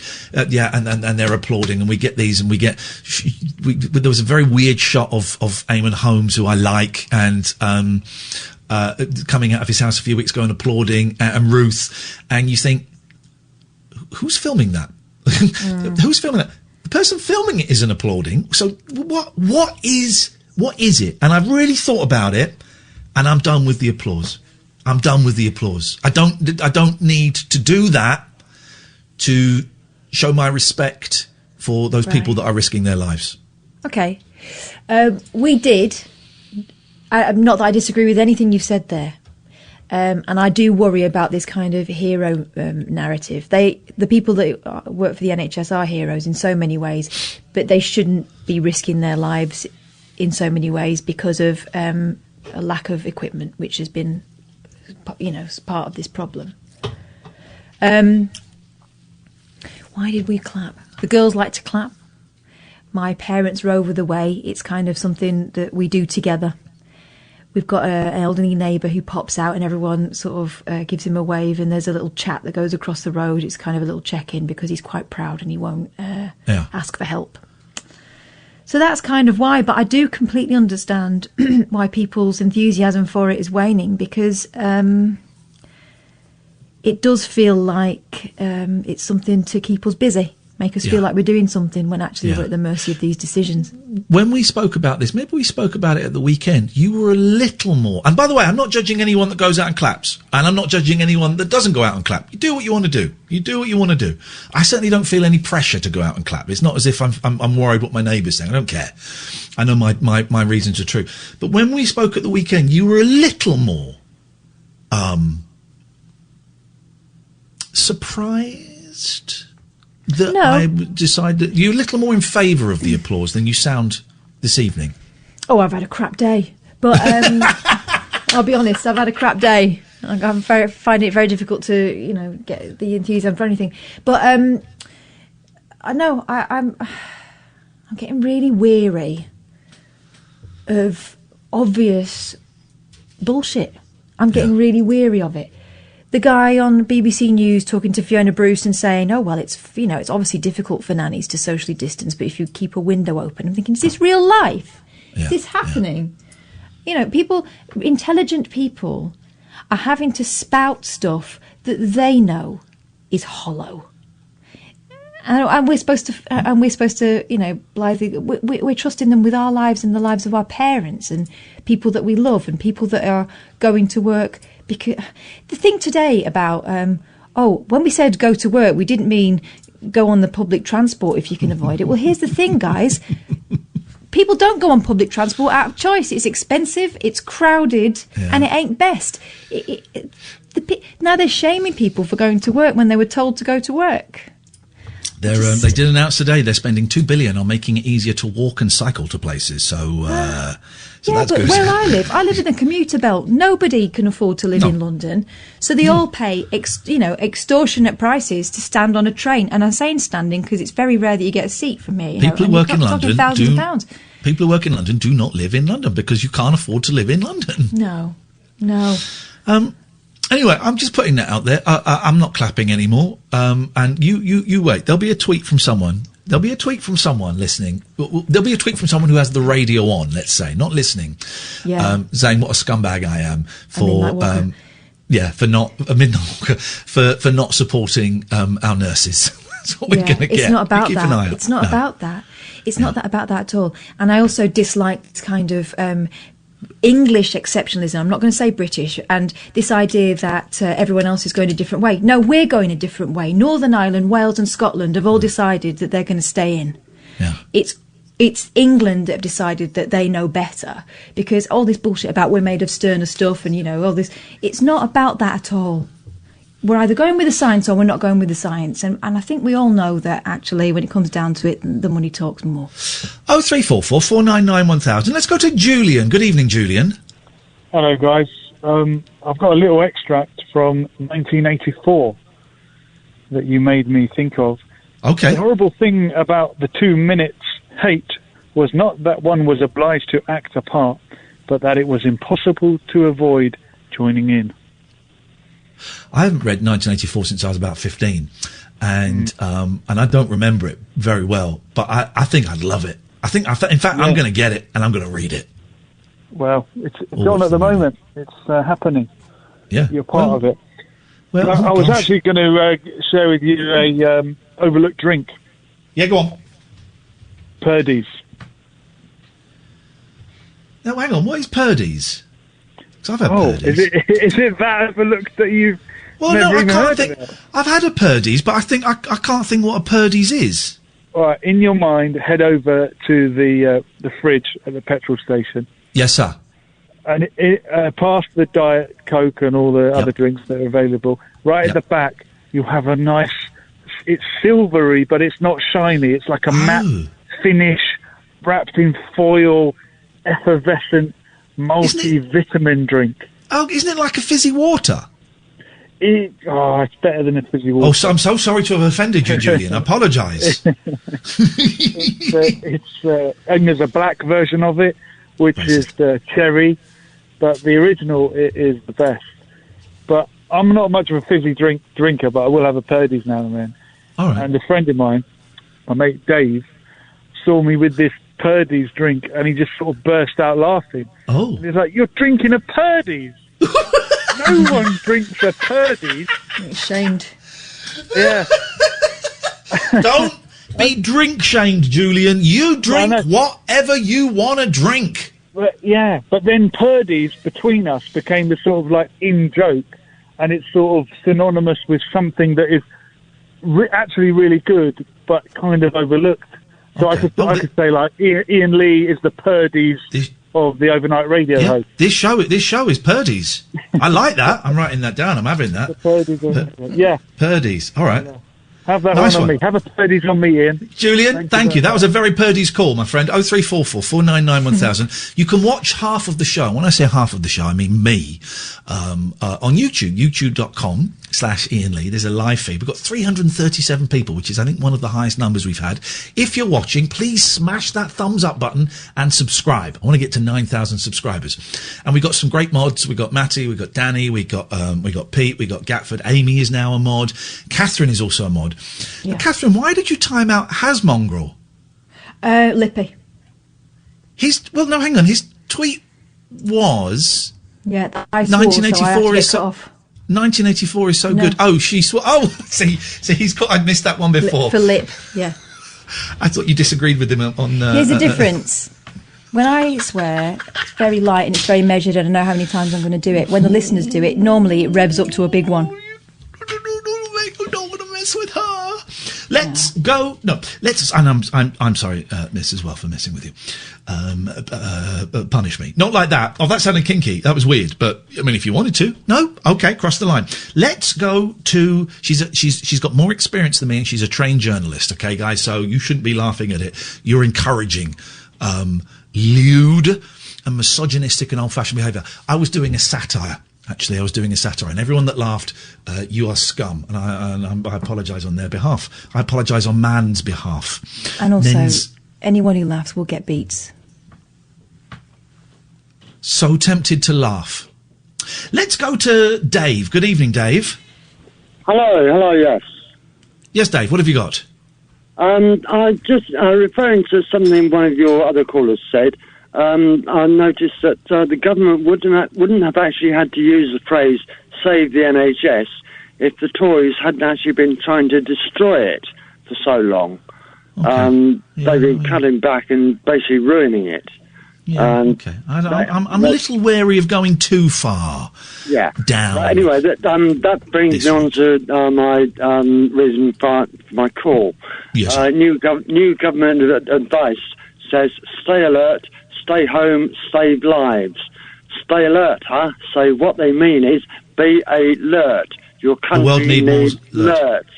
Dave, thank you very much indeed. 0344 499 1000. There was a book when I was a kid by, and I shouldn't remember the guy's name. It was graffiti. It was like joke graffiti. There were several of them. Nigel, someone in the YouTube chat will know. And they were very big in the late 70s, these books, Graffiti 1, Graffiti 2. And it was just walls with graffiti, like comedy graffiti, nothing vulgar or anything. And the only one I remember was stay alert, the world needs more alerts. And as a kid, I found that hilarious, right? Because I thought alerts were actually a thing. So I thought it was a really clever joke. And then I was thinking about this about 10 years ago in my 30s, and I realised that alerts aren't anything, are they? No, it's a joke. It's a little joke. Yeah. You know where alert comes from? Go on. Italian, allerta, to the tower, like you're getting ready to defend your position, allerta. And like alarm comes from the French alarme, as in to the weapons. Incorrect.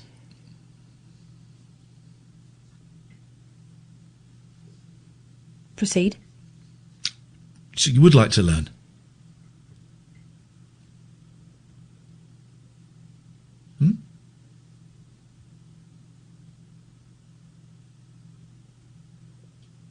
I'm going to take that silence as a yes. Alarm comes from, I think it's Italian, something like that.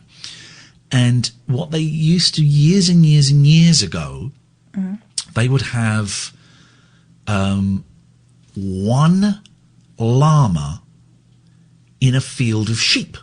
Right? In Italy, was it? Yep. Llamas? I think so. Yeah. Yeah, I think so. Well, we've got llamas in this country, but they're not indigenous. No.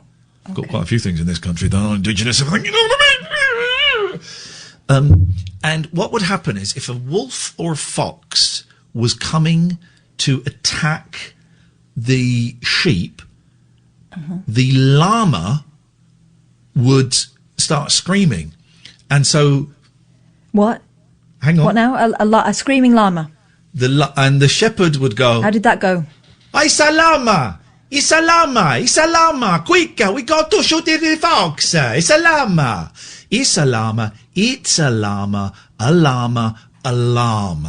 That's how we got the word alarm. It's a llama! Where's the bloody fox? Go get your bloody gun! It's a llama! And that's how we get the word alarm. This is Talk Radio. Late night, Iain Lee on Talk Radio.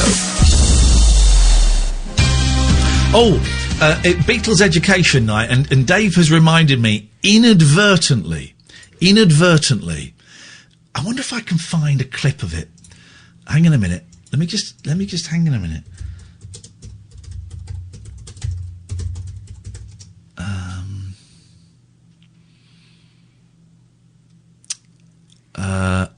All right, I can't find Paul McCartney doing it. Right. Let me just play on here. But You've got a llama doing it? No. I'm talking about something else now. We've done that, mate. We've done that. Let me have a look. I can't find Paul McCartney telling the story, but there are so many great Beatles stories that I overlooked. This is one of them. I don't know. Let's see. Here we go. John Lennon was visiting Amsterdam with Yoko Ono, and they were receiving all kinds of people. And John Lennon kept telling me that he wanted to have the third eye too. And I said, well, I'm certain you have it. Third eye people are your kind of people who do such difficult things as you, getting a whole singing group together that becomes world famous, writing songs that everybody is singing now and wants to hear. I said, there's no doubt about it that you have the whole. He said, no, I don't believe it. He kept wanting it, and I kept contradicting him and telling, don't drill it, for it will be a deception. You will notice no difference. And Yoko Ono understood me well.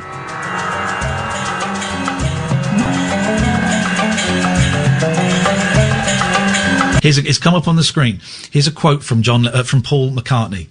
You know, John said, you fancy getting the trepanning done? I said, well, what is it? He said, you kind of have a hole bored in your skull and it relieves the pressure. We're sitting at dinner and this is seriously being offered.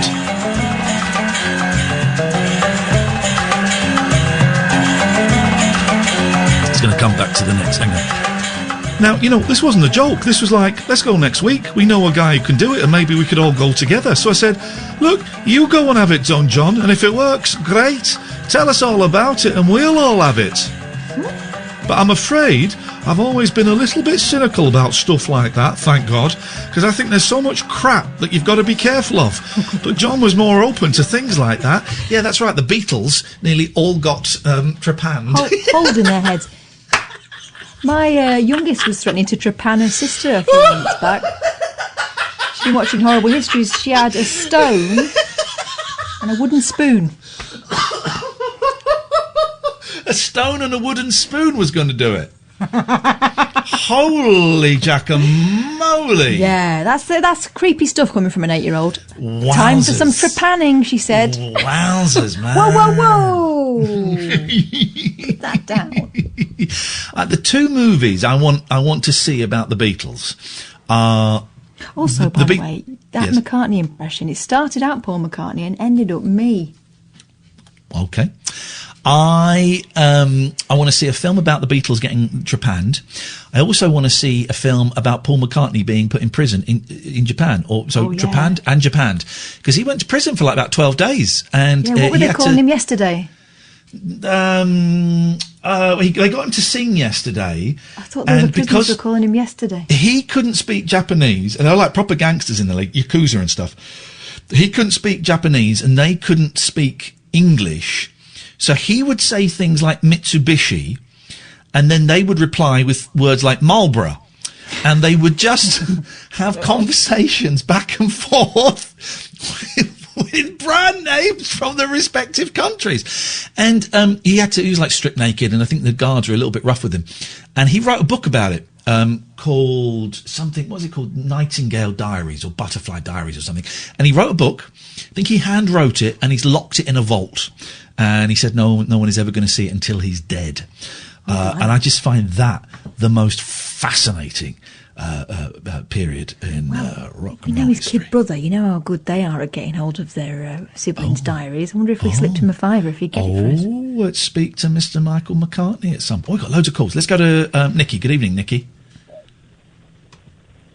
Nicky? Nicky? Is it me? It's Nicky. This is Nicky. Ian. Hello. Hello, Nicky. Sharon with me tonight, Ian. You got what? Nicky, I ain't got my mate Sharon with me tonight, my nurse friend who's looked after me. Beautiful. Now, yeah, you know, you off their marriage. Cass wasn't keen on the idea. Yes. Yeah, I remember. I phoned you tonight, because I still listen to you every night, because I've got right into you. And I've got, like, a list There's loads of things. I don't know which one you want me to talk about. Well, I believe Katherine has a question she'd like to ask you first of all. Oh, go on then, Kath. Hi, Kath. Could you just breathe into this tube? Oh, don't. You're doing that. I have got throat cancer and COPD. Oh, Katherine's picking on a woman with throat cancer. I'm not. My God. Didn't take the piss. Catherine didn't know that. Sorry, Katherine's picking on you, Nicky. No. Kath's cool. She didn't know. I'm just checking. I'm teasing. A husky, weird one. I know that. I'm teasing. All right. I'm teasing. Apologies. We are we're trying to be careful at the moment because... Hang on, Nicky. Kath, I'm teasing both of you. Go on, Kath. Explain why. Because we're trying to be a bit careful at the moment because we've had some people on who've not really been up to it recently and we feel bad about it. So what we're trying to do is make sure everyone's We don't want all drunks. Right. We don't want drunks. We don't want We stinking don't want drunks. I can talk to you about drunks. I'm in recovery myself. Fantastic. Yeah, I'm doing it. All right. Well, apologies. I really apologise. Okay. So don't apologise to me. You're apologising to Sharon, who he said he wanted to get on his hands and knees for. Sorry, and what? You can't even remember Sharon, can you? Who the hell is Sharon?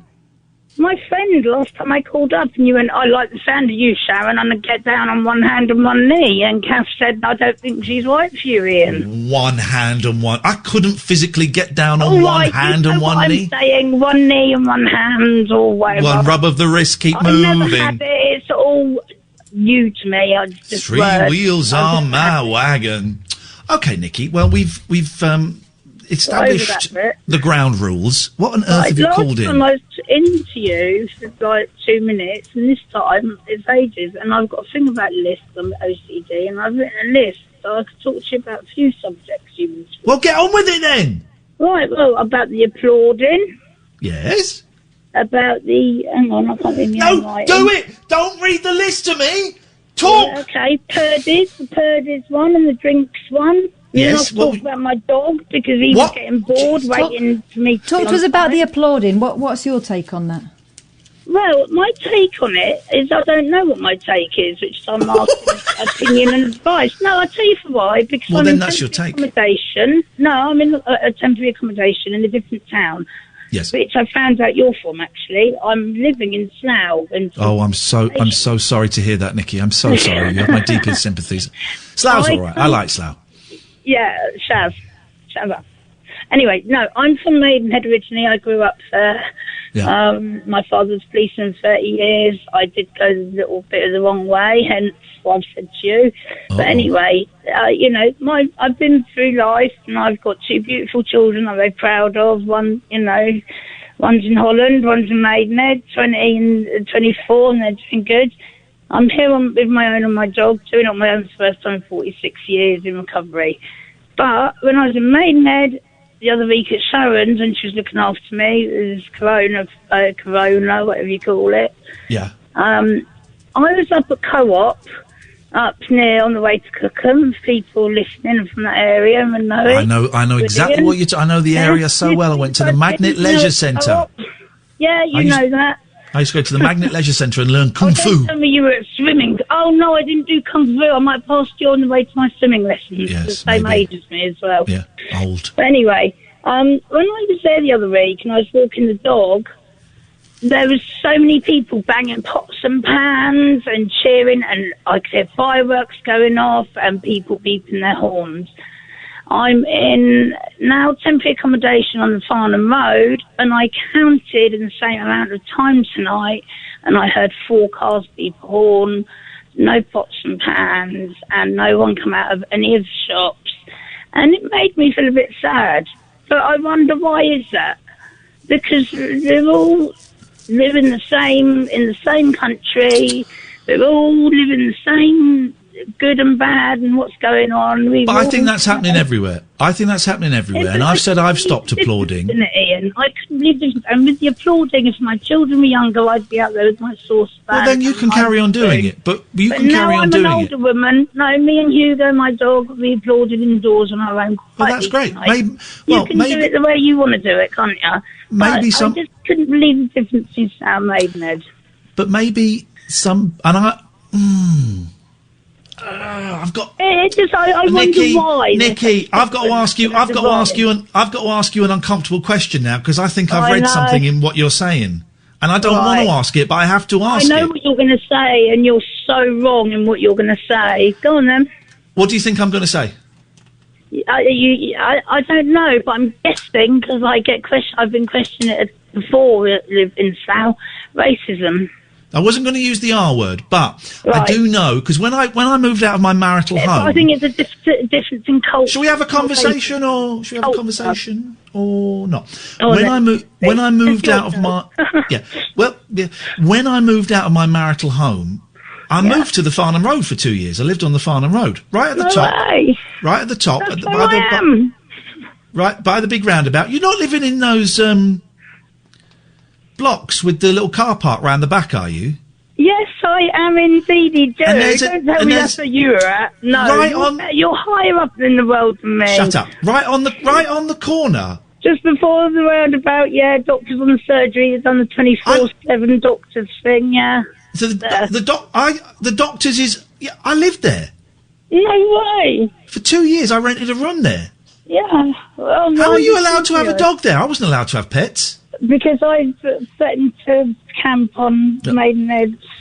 You weren't on the top. You're not on the top floor, are you? Have you got? Yes, are you on the top floor? I've been here 3 months. Yes, I am. What number was I, Kath? Do you remember? Oh, don't say my number out on the bloody line. Were you? We'll give a lecture, shall we? Is it one room? I'll have a look. It's one room with a galley kitchen and a very nice ensuite shower room. Right, and where you'd have so you come in, right, and where you'd have the bed, are there like 2 cupboards built into the wall to the right, like really low down? Oh my God, yes. A wardrobe, you mean, and then 2 cupboards next to it low down. Yeah, what letter were you going to say? Oh, I'm a bit scared now, but my son's called Charlie.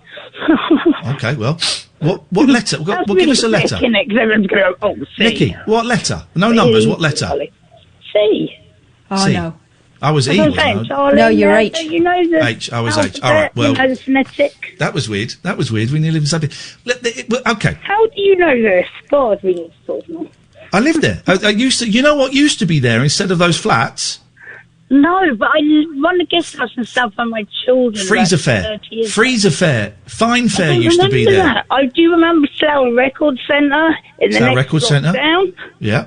I bought Beach Boys Keeping the Summer Alive. Anyway, Brilliant. The point that I think you're trying to make is that the Farnham Road has a very high Indian, Pakistani and Bangladeshi community, and Nicky, just let's have a conversation. Shut up for a bit, right? And that particularly that street. So that was a high Asian population, but that street is very, very Asian. And your sentence that made me uncomfortable was, "We all live in the same country." Well, maybe I might have worded it wrong. Nicky, can I please come on? Maybe they're doing what you did. Maybe they're applauding indoors. Maybe they're doing what I did. True. Maybe they've stopped applauding.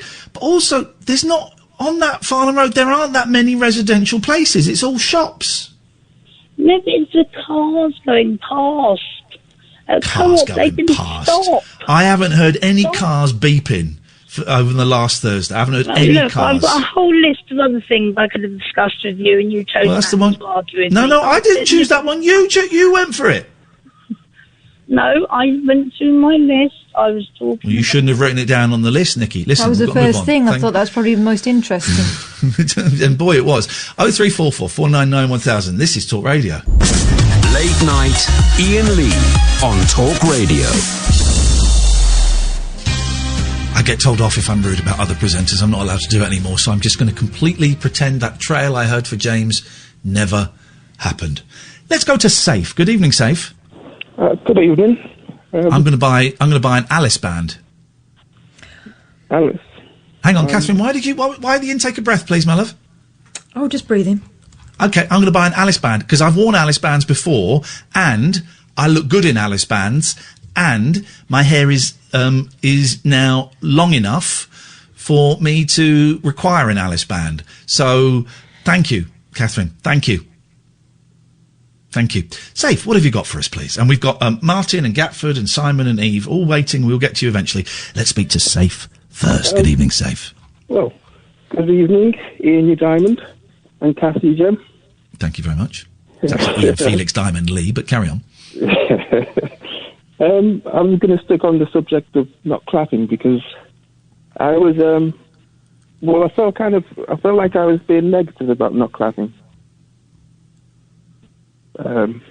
Which I was basically the way I'm seeing it. That this whole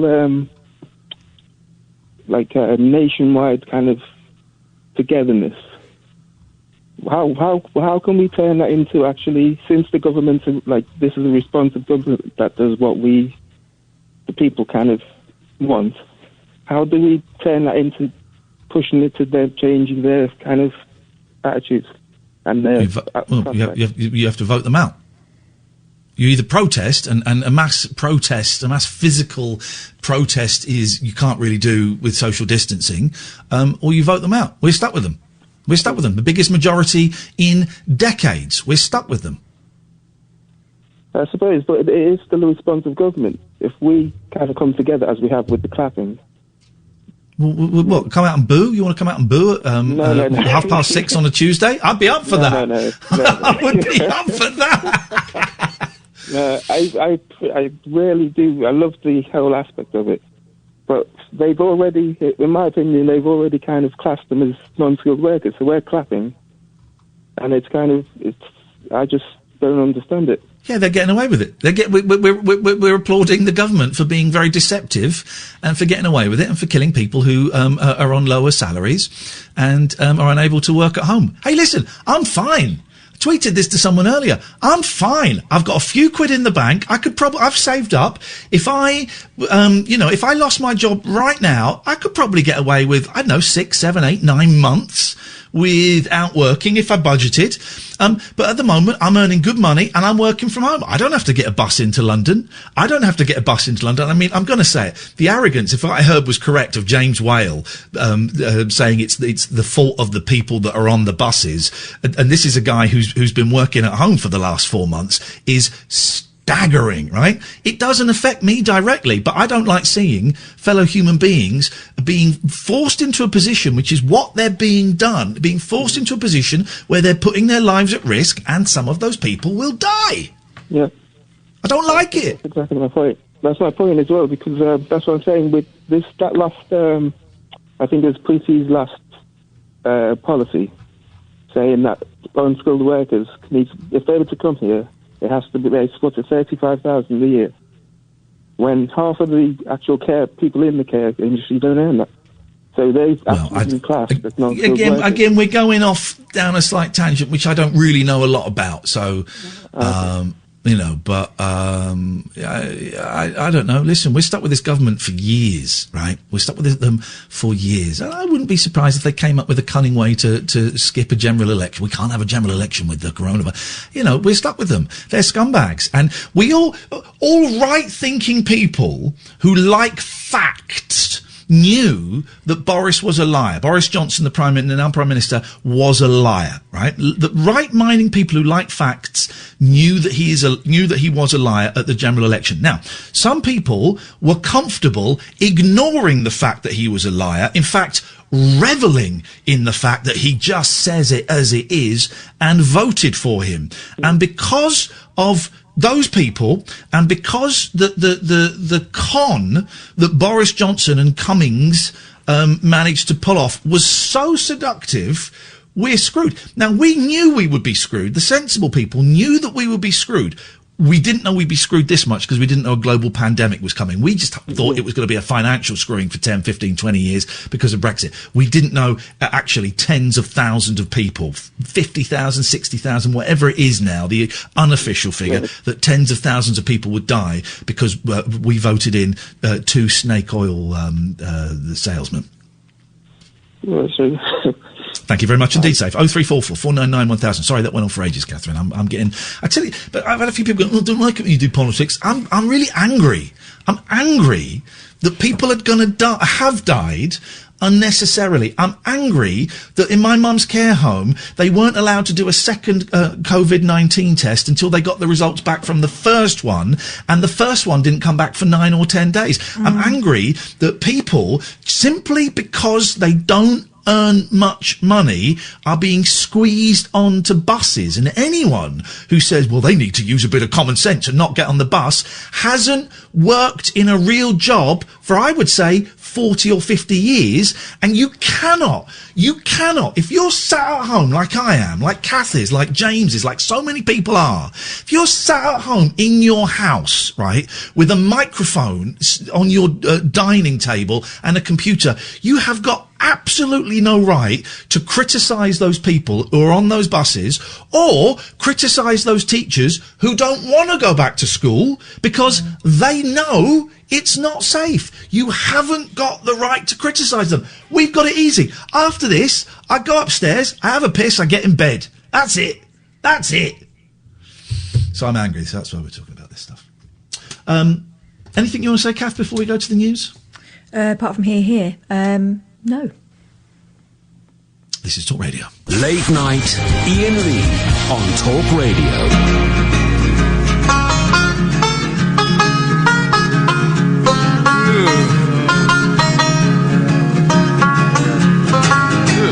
3 wheels on my wagon, and I'm still rolling along.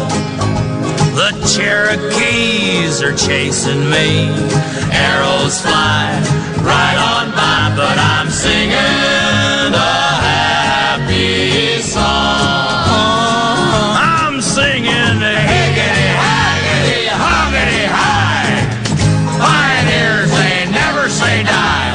A mile up the road, there's a hidden cave, and we can watch those Cherokees go galloping by. George, they're catching up to us. Get back in the wagon, woman. 2 wheels on my wagon, and I'm still rolling along. Them Cherokees are after me. Flaming spears burn my ears, but I'm singing a happy song. I'm singing a higgity, haggity, hoggity, high. Pioneers, they never say die. Half a mile up the road, there's a hidden cave, and we can watch those Cherokees go galloping by. Are you sure this is the right road? Will you hush up, you and your maps? 1 wheel on my wagon, and I'm still rolling along. Them Cherokees after me. I'm all in flames at the reins, but I'm singing a happy song. I'm singing higgity, haggity, hoggity, high. Pioneers, they never say die. Right around that turn, there's a hidden cave, and we can watch those Cherokees go galloping by. George, should I get the bag of beads and trinkets? Woman, I know what I'm doing. No wheels on my wagon, so I'm not rolling along. The Cherokees captured me.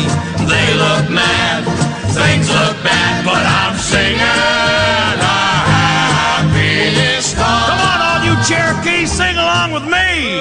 Higgity, haggity, hoggity,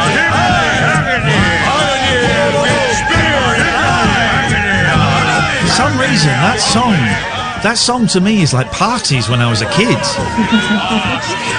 It's from the album. Go on. The new Christie Minstrels Sing and Play Cowboys and Indians. I mean, that one's a little bit close to the mark nowadays. When I was a little kid, there was a smaller kid called Michael who lived. A smaller kid than you? What? He was tiny. He was like tiny. He was a delightfully weird kid. He was adopted, and I don't know if he'd been fostered before, but he had some very old-fashioned notions. But he used to sing that song, and I went, where did you hear that song? Wheels on my and he must have been he would have been about 3 or 4.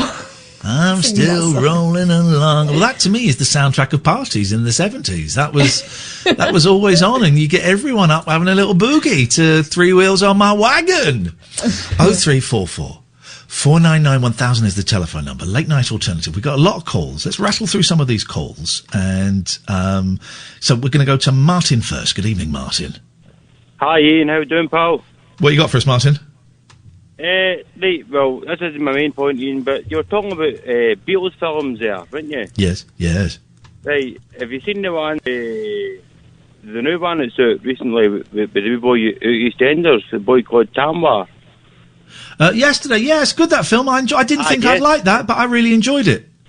I thought it was quality, but I enjoyed that. I thought it would be so-so, but I really enjoyed it. I thought he was good, Tamwa. I thought they were good, but I thought the love story was awful. I thoroughly enjoyed it. Sorry, Katherine. Go on, Kath, what did you say? Don't apologise, you're wrong. The love story was awful. I think she was awful to him. They were horrible. She was. Yeah, she was. He was horrible to her. They were a horrible couple. They deserved each other. They deserved but each other. it was handy how their respective partners found someone else immediately. We're fine about it. That's your life, Katherine, to be honest. If only. Anyway, what can we do for you? Right, I was just talking about earlier on, you were obviously talking about coronavirus stuff and all, right? Mouthwash. Now, my wife was a carer, right, up here in Scotland, obviously, right? And she's now what they call it, class as a domestic in the hospital. And yes. I won't say what hospital, but she works in the hospital in Scotland now, right? She's actually making more money now as a domestic than a carer. You know what I mean? So she was caring for the elderly in the area in the scheme, and she was getting paid a lot less than she's getting paid now, put it that way. And I just find that hard to understand. You know what I mean? You can make less money cleaning a hospital than you can caring for our elderly, our people. You know what I mean? I just wondering what your thoughts were on that. Hang on, say that again. What, she makes, more money cleaning than she did caring?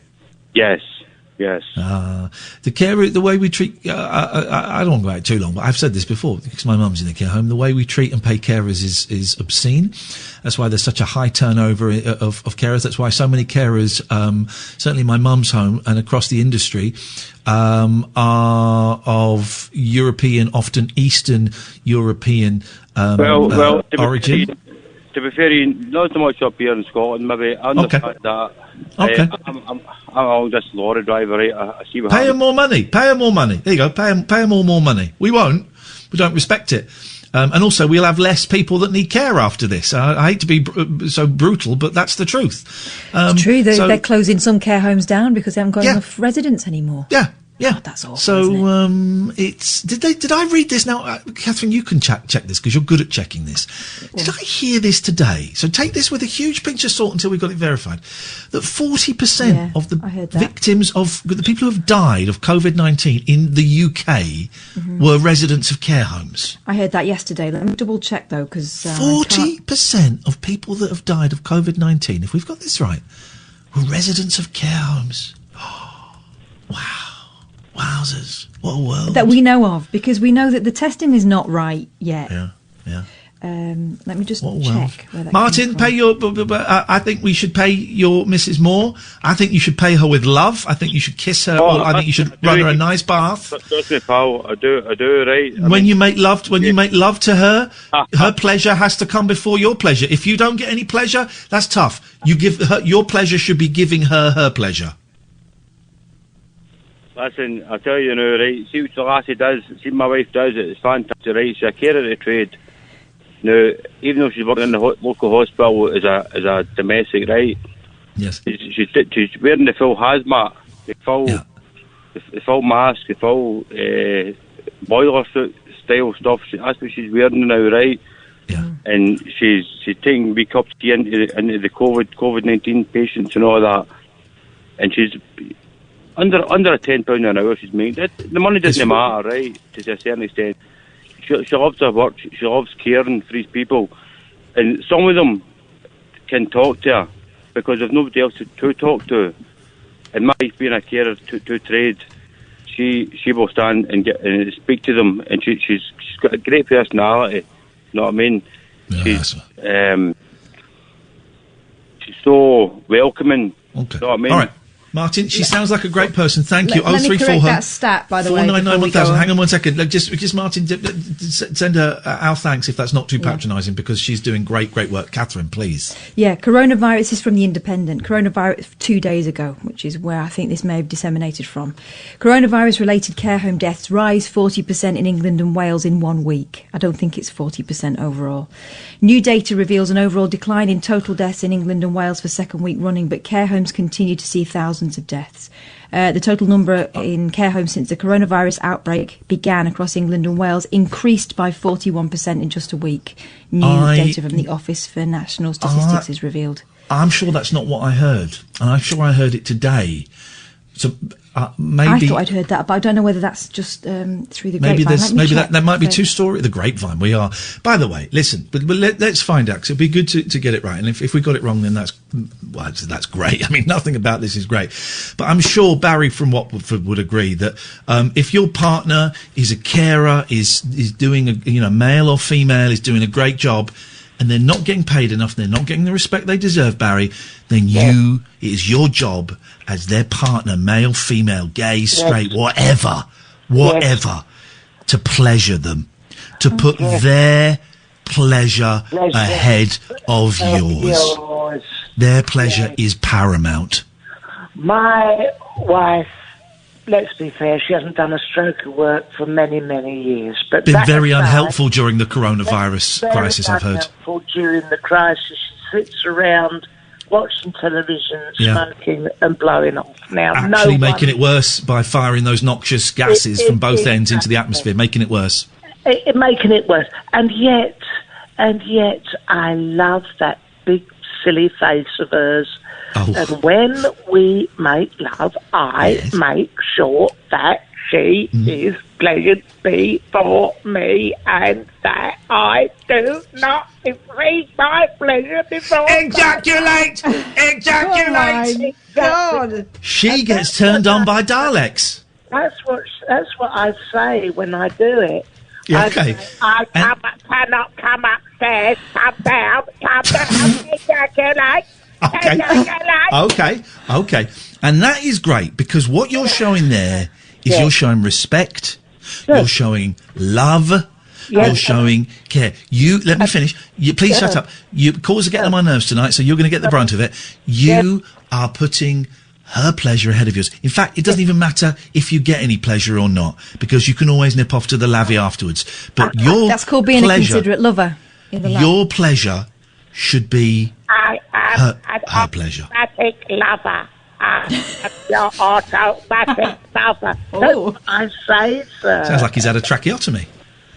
Well, but I mean, I don't gain, if we're honest, Ian, I don't gain much pleasure from the whole encounter. You don't enjoy it? No, not really. No, but I'm sorry. It's a bit of an obligation in many ways. And I always roll over and say, that was lovely, Don't mean it. Jolly nice, thank you. Could you not get someone like Prakesh to come in and fulfil that? Well, I know that she's had... Off the subs bench. Yeah, she's had bunky with him before. Yeah, she has. Well, I don't know. I feel a bit funny about Prakesh coming over. You don't like being a cuckold? I don't like being cuckolded by Prakesh.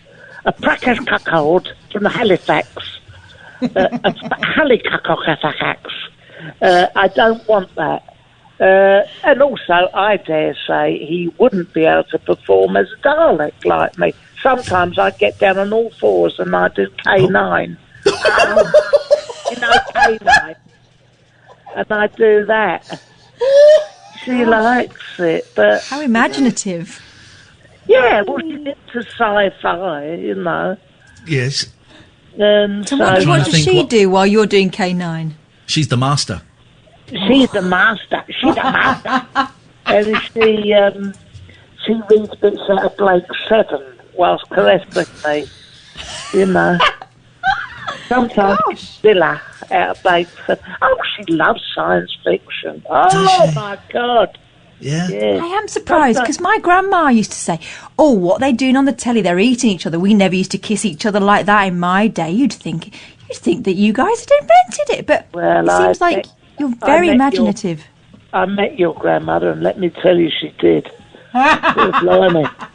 Eating, I'll say, blimey. Oh my God. You're lovely.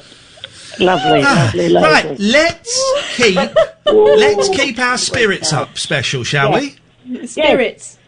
Keep your spirits up special. I feel a bit trite coming on after the conversation you've been having. No, we need it. This is why we need you. Yeah. We need in the days of yore, Barry. You'd have had King Henry VI would have come back from war, where he would have cut off the heads of all of the. I'm not going to say their ethnicity or their religion, but they weren't Christians. And put them on pikes, and that was intense. And he'd come back, and he would get the scrawniest, the most pathetic, weakest, dishevelled human being that he could find. They'd call it the jester, and people would all laugh at the jester. Not at the material the jester was doing. It was inherently not funny, but they would just needed to point and laugh at something and someone that was inferior to them. So Barry, over to you. Oh, what's that got to do with me, you cheeky, lanky ponce? Jesus. I haven't heard the word ponce for a long time, since you last called me a ponce about 10 years ago. Yeah, well, that's right. Now, I hear what you're saying, and let's be fair, Miranda Sawyer, writing in The Guardian and The Observer, pointed out that I was a little bit of light relief. She didn't say. She didn't say the show is heavy. She said it's the quagmire of misery, and thank God for That's what she said. She said. And the actual title to the article was, Jesus, what a misery fest. And then at the bottom, in italics, it went, thank God for Barry. Iain Lee Go is on 10 till 1, too many days a week. Good night. You know. Yes, I know. Keeping it nice. Keeping it light. Keep it light. Keep it light, old stuff. Keep it light, guys. Keep it light, guys. Well, I'm going to go off now. And are you done? Is that it? Is that it? I thought you were trying to get rid of me. Is that it? That was it? You come on and you re-quote a review of this show that bigs you up, and then you bugger off. Yes. Gosh. No. Is that it? That's what Margaret's going to be saying in about 3 minutes' time. Incredible. Well, yeah. Well, look, all I want to say is there's German football back tomorrow, so we're gradually getting there. And I'm going to go and buy some German sausage, German beer. Yeah. I'm going to get my Margaret to dress up like a Fraulein from the Oktoberfest and come in clunking her big bosoms and a couple of pints together, and we're going to watch the German football. Thanks for your call, Barry. Bosoms. But okay, but goodbye, Barry. Silly old sod. This is Talk Radio. Late night, Iain Lee on Talk Radio. My YouTube is down. Yeah, there's something. They're not all down. It's causing mass hysteria. There's not all down, but a lot of YouTubes are down. So my YouTubes are down. All the hot ones. All the hot ones. Stats, numbers, and statistics flying everywhere. I found that thing you were talking about. Have you got the Sky news from Sky News? Do you want to read it from May, Tuesday, 12th of May? Yes, Tuesday, 12th okay, so there of May. was 14:30. There's lots of different stats. In fact, a couple of people posted this. A lot of different stats about percentages and stuff, and it's very confusing. And you can read something into one and something to the other. But this is where me and Katherine heard this figure. So, Katherine, away you go, please. Deaths in care homes made up to 40.4% of the overall number of coronavirus fatalities across England and Wales in the week to the 1st of May.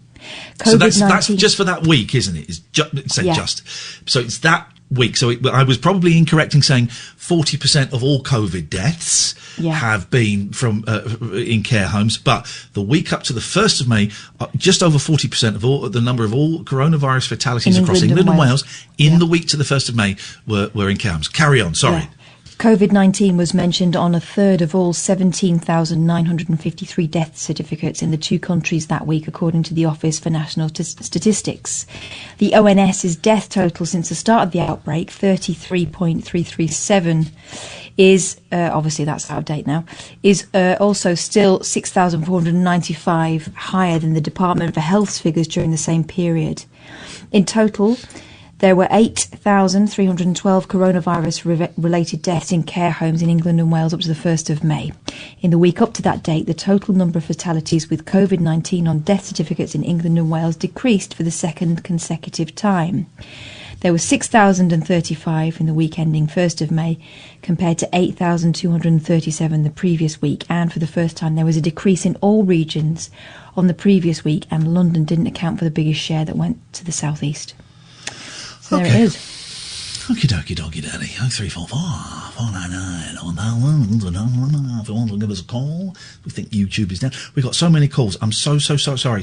Eva's been waiting for ages, and Simon and Gatford. I'm doing in the order that you've waited, so I'm really sorry. Let's go to Eve. Good evening, Eve. Oh, hi, Ian. This is the first time I've ever listened to Talk Radio, by the way. Good. All the shows are like this. Every show is hosted by a liberal, slightly left of centre person who thinks Boris Johnson's doing a terrible job. No, well, I mean, I'm totally peed off with TV and the coronavirus and lockdown and etc. So I thought, we'll have a change. Et cetera. Anyway, a few things have come up that I wanted to chat about. First of all, a funny story about going back to your Beatles slot. Yes. Yoko Ono. And John, they bumped into Salvador Dali one day in New York. Oh, go on, yes. This is a true story. But Yoko, she tried to turn Salvador on. She was trying to bewitch him. This is what Salvador Dali thought. You mean sexually? Yeah. Okay. And she was pleading with him for one of the hairs in his moustache. Oh, and he wouldn't let her touch him. He said, I'll get my assistant to post one to you. Yes. So he said to his assistant, that woman was trying to bewitch me. He said, get a piece of dead grass from the garden, send it to her, but charge her $10,000. Wow. And she paid it. Of course she did. She did, yeah. And that is a true story. You can Google that up and you'll find it. Can I speak freely? From about 1968 to 1997, I think Yoko Ono is hot. Do you? I do. The film of the album Imagine, it's all filmed in Tittenhurst Park where they lived at the time, and there's lots of shots of her in this sort of tight little military green shirt and tight little military green hot pants and like a sort of beret. Works for me, man. Works for me. In fact, I'm going to Google a picture and send it to you, Kath. Ian, whatever turns you on. Exactly. Oh, no, exactly. I can only sympathise. I mean, for me, obviously I'm a female, I find her a very pretentious kind of person. Oh, here we go. Hang on a minute. Hi, Chihuahua, Kath. Let me just I send can see why some people feel that way about her, but I do. Think that she's one of those sort of people. Very manipulative with John. I think. Hang on, let Kath speak. Hang on, that's kind of the popular narrative because they were looking for a bad guy that split up the Beatles. Well, the Beatles split up. She didn't split the Beatles up, no. She didn't split the Beatles up. But it's it's easy to blame a woman, isn't it? I'm sending you a picture, Kath, of hot Yoko. I think that it's easy to see, because she was artsy and stuff and a little bit kind of a bit quiet and everything, that you can put what you want on her. But I think she's one of those people that makes the world a bit more interesting. Yeah, I like her. Yeah, but I think there are probably more interesting people than her, Yeah, more interesting callers than you. Doesn't mean she's interesting. Exactly. I know. It doesn't matter. It doesn't matter. Whatever turns you on, that's what I said, Ian. I'm not trying to put her up, put her down. Whatever turns you on, turns you on. Doesn't it?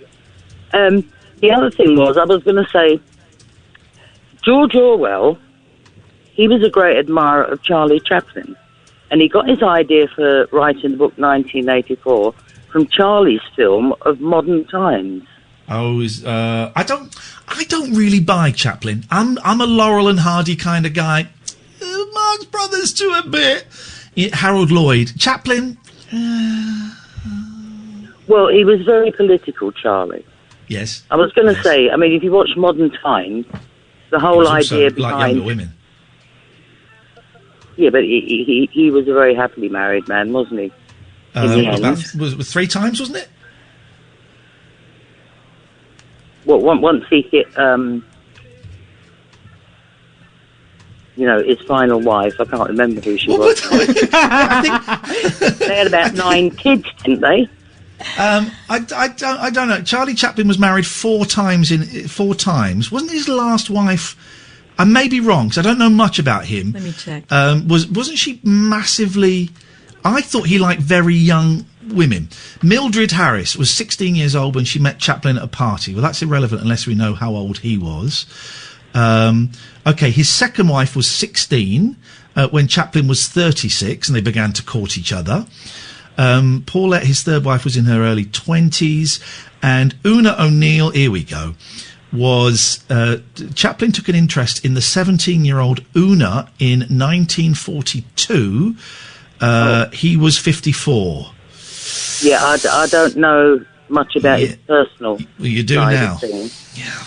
Well, I should look it up anyway and make sure that I know more. Exactly. But it was Orwell who grasped Charlie up via a female friend of his in the intelligence services as being a possible communist. What are you listening to in the background? Oh, I've just got some music playing in the kitchen. What are you playing? Oh, that's on Smooth. I've got Smooth in one room, and I've got Talk Radio in the other. I've got to have my music going the whole time. How can you function like that? Oh, very easily. Don't worry. I can concentrate on more than one thing at once. Holy guacamole. Anyway, so it was Orwell who grasped Chaplin up and got him into all that trouble. Yes. With the Americans and Chaplin, and got him barred from all kinds of things for being probably a communist. Uh-oh. And Orwell apparently had only grasped him up because he fancied the woman in the intelligence services, but wasn't having a lot of luck with women because he was injured when he went to fight the Spanish Civil War. Or I'm saying Civil War, but he went out to help the Spaniards against Franco, and he got shot in the throat. A bullet lodged in his throat and left him with a very squeaky voice. Which is why... Who are we talking about? Joe Pasquale now? I'm confused. Is that what happened to Joe? Talking about George Orwell. George Orwell. That's why he then started to get less work for the BBC, because of the problems he had with his voice. Well, that's why Joe Pasquale doesn't work very much these days, and Bradley Walsh does. I'm Pasquale, he's Walsh. Thank you, Eve. 0344 499 1000. Let's go to Simon. Good evening, Simon. Hi, guys. I didn't ring to talk about politics. Good. But Don't. No, but I just want to say I'm with you 100%. Everything you say, I'm with you 100%. And thank God for Keir Starmer, because I don't think there's going to be very much Boris left by the time he's finished with him. Okay. So What did you call him for? What did you call him for? Underrated, overrated, underrated drinks. There we go. Right. Elderflower. Are you saying that's under or over? Under. Yeah. Yeah. And the other thing, I can't poo-poo it. The other thing is, I've got this query with regard to that. Now, is it me, or when you drink sparkling mineral water, does it taste funny? I.e., I think it's because you expect it to have a flavour because it's fizzy. What? Right. So who expects fizzy water to have a flavour? Unless, of course, you add a dash of cordial. I never used to like it as a kid because I thought it tasted slightly salty. It has got a flavour. It's a weird... You can't... yeah. Don't. I've never liked fizzy water, and I'll tell you why. It's a con.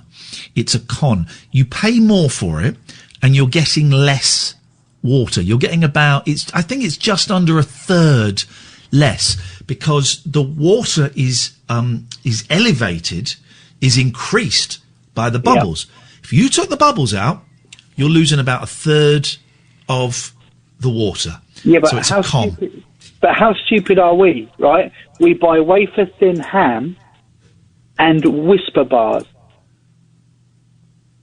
If you took all the air out of a Whisper bar, what would be left? He's right. Well, just a tiny... Same little, Watsits and Quavers, yeah. Yeah, we're being screwed. We're being screwed. Wake up. Wake up. It's no wonder there's Tories in power. Exactly, Simon. Thank you. We're being slipped air unawares. 1000. So we've been what? Sorry, Catherine? Slipped air unawares. I always know when you slip me air.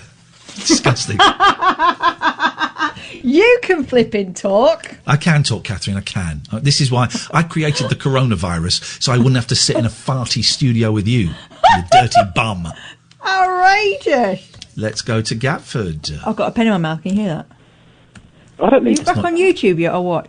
No, I can't fix YouTube. YouTube is down. Gatford is one of my chief mod. Gatford is my chief mod. He's reporting in to let me know exactly what's going on. Gatford. You can watch you on YouTube.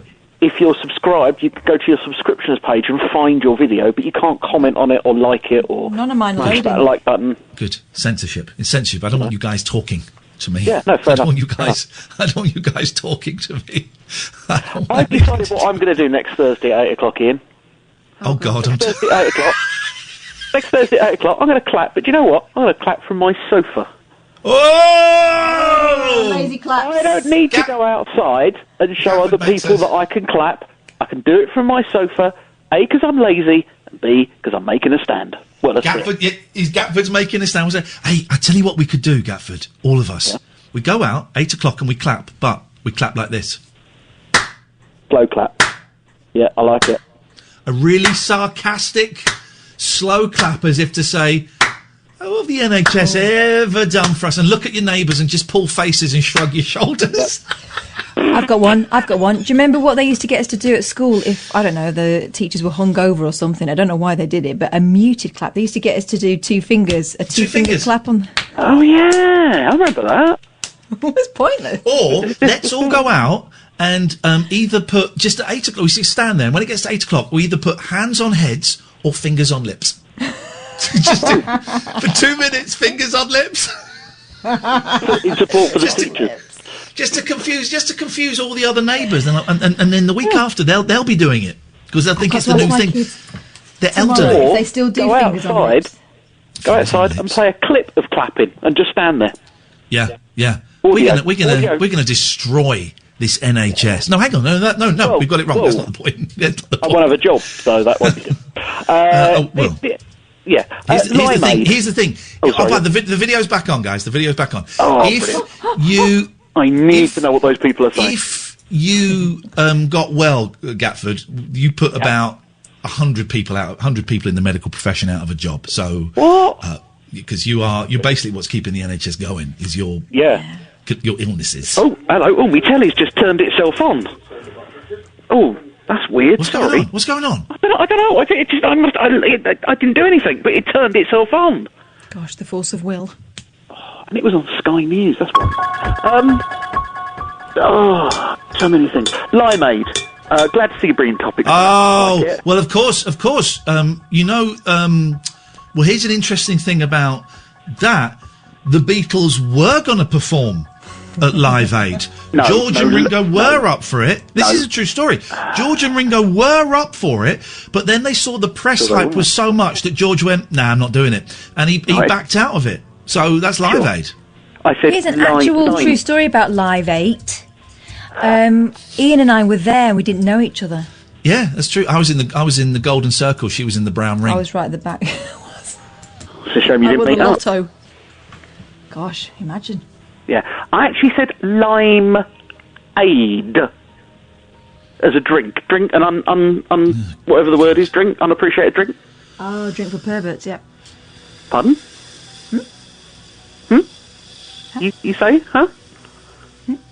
You calling me a pervert on air? Yes, you're a dirty pervert. Hang on a minute. Hang on a minute. Speak to my legal team.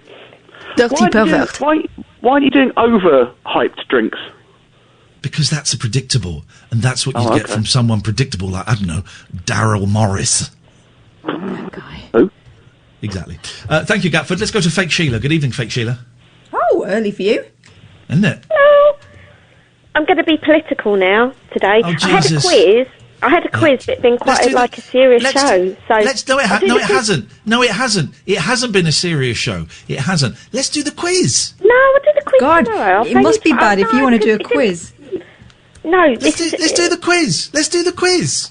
All right. Well, the last time I did the quiz, it was a music quiz, and you just poo-pooed it. You were like, It wasn't really a it's quiz, so though, easy. was it? Where's the question? It was like, what song am I thinking of, or something? Yeah, but that wasn't it, though. That's the point. You were supposed to hear them all, and the quiz was, what was the link? But I never got that far. Okay, so I'll do the quiz then. I had a serious political points to make. Brilliant. Let's do the quiz then. Perfect. Okay, we'll do the quiz then. Okay, so the point is, the quiz isn't the songs or the artists, but do write them down, and if someone or me will take a record of those points, I will. But whoever gets the link between the songs, they win the quiz. Is the answer B?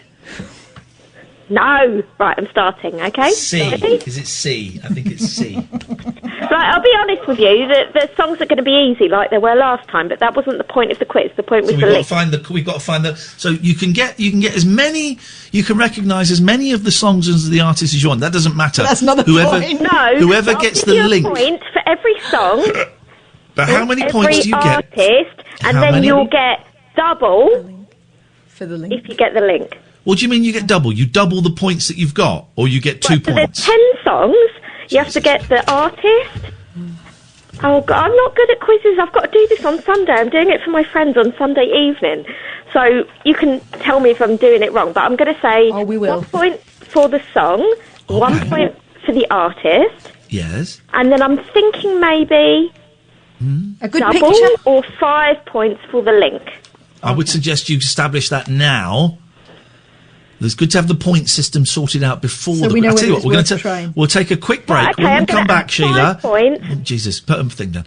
We're going to take a quick break, and when we come back, hopefully Sheila will know how this quiz works. This is Talk Radio. Late night, Iain Lee on Talk Radio.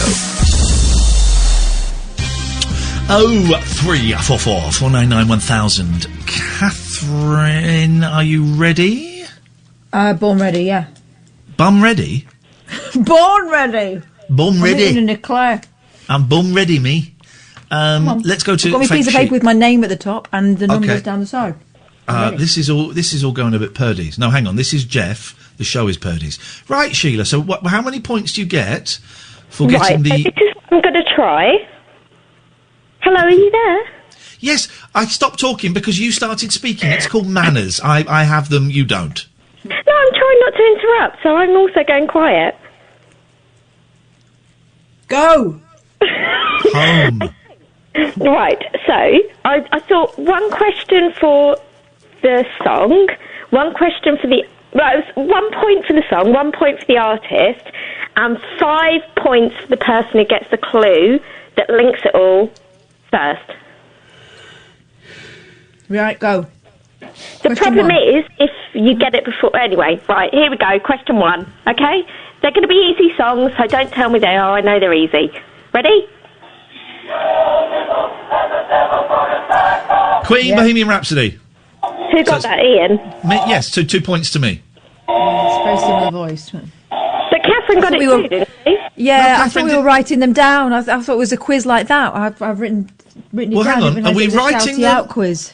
Are we writing... Is it a righty quiz for boffins, or is it a shouty out quiz for the lads? Right, you know what? Forget the rules. Yes, man, here we go. I'm going to take my top off. I'll play Can I it. take my top off? I'm going to put mine back on. I'm taking my top off. We're forgetting the rules. Oh, no, I've just seen what my body looks like. That's not good. What it is, forget this. Say what the songs are. Don't say what the songs are. Doesn't matter. The whole point is whoever gets the link, the quicker they get the link, they've won the quiz. Ready? Okay, playing with my boobies. Here we go. Is it moustaches? Queen, Bohemian Rhapsody. Opera. Boring songs that are overrated. Bands that are liked by idiots. Next one. Anyone got an answer yet? Yeah, we've done loads. Are you not listening to us? No, the link. No, they're rubbish. Yes. They're not it. So next one. Moustaches. Next one. Oh God, really awful. Chumbawamba, songs that make me I wanna Get Back leave Up. Parties. That being drunk.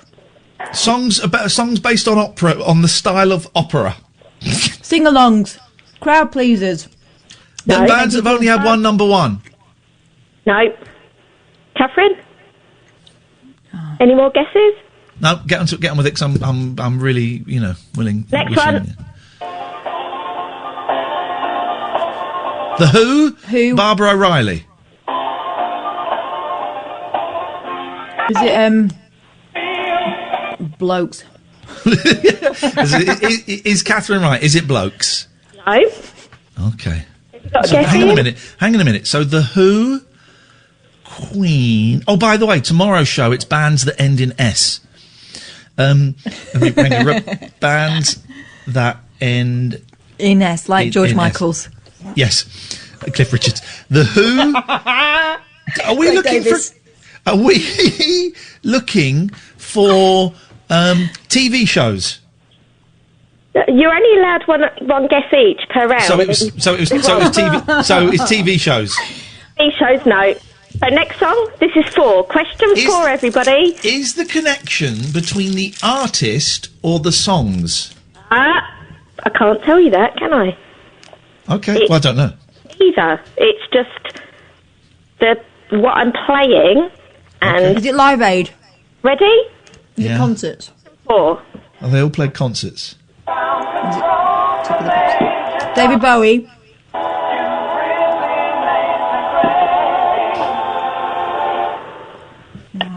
Guess each? Songs that have got 2 words in the title. Major Tom, Barbara O'Reilly, Bohemian Rhapsody, Get Up by Chumbawamba. Yes, that is a good guess. I'll have to do a kind of Stewart's inquiry by the end. Am I right? Am I close then? I don't know if that could possibly be a Stewart's inquiry, as in that could also be right. But we shall see. That's not the answer I'm looking for. It's not the one she's looking for. Okay. Everyone. Okay. Katherine, have you got a guess? Is it? No, I don't care. Okay. Right. Question 5. Here we go. Please care, otherwise it's no fun when I beat you.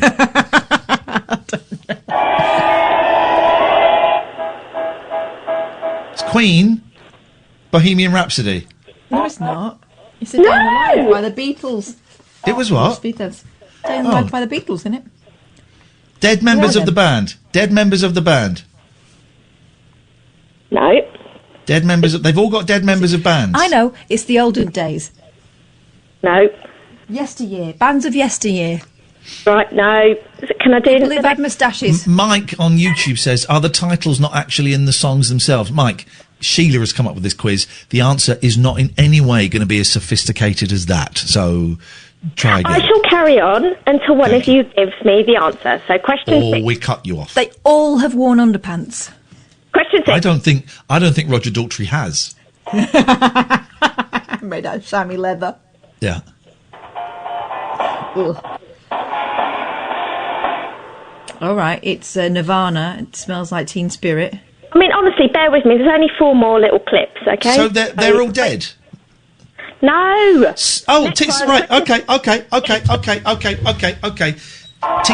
Teenagers.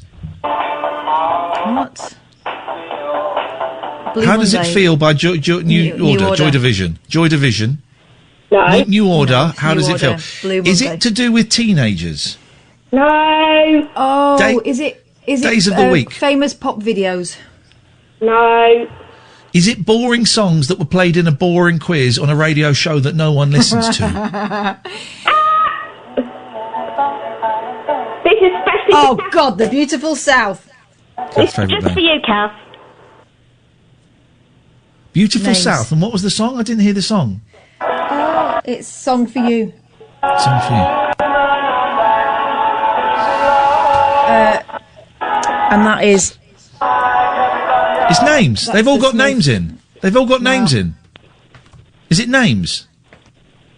What are you saying? I'll do question 10 because I'm on question 10. No, you won't. No, you won't. No, you won't. No, you won't. No, you won't. I've just got the connection. Names. Right, names in what way? They're all mentioned in the songs. No. The titles. No, they're not mentioned in the titles. Correct, yes. What? You win then. Ian won. But you What, said the that songs? about 5 minutes ago. Hang on. No, The connection is... Hang on. The It connection is is... that, Shut but- up. Please shut up. I wish I had a fader. Dear God. The connection is... The connection is songs that don't have names in the title. Songs that the song title isn't in the lyrics at all. I said that after the third one. Yeah, you did. Did you? Goodbye, Sheila. Goodbye. She was too busy pressing pause. Flipping heck, man. Unpressing it. Flipping heck. What Oh, a waste God. of life she is. No, that quiz was.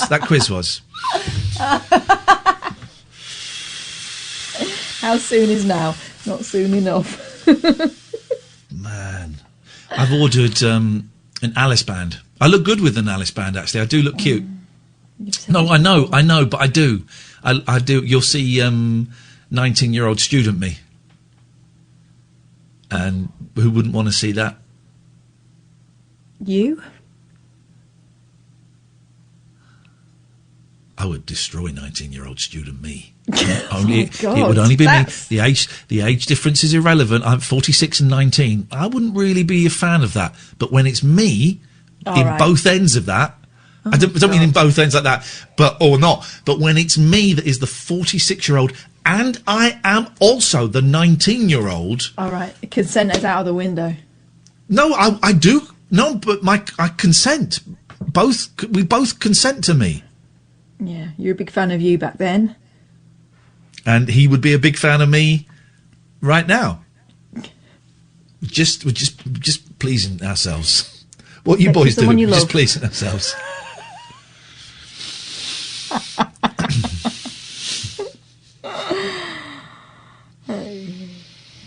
We'll be singing when we're... No. Putting somebody in right. time out for creepiness. but to be honest, you asked for it.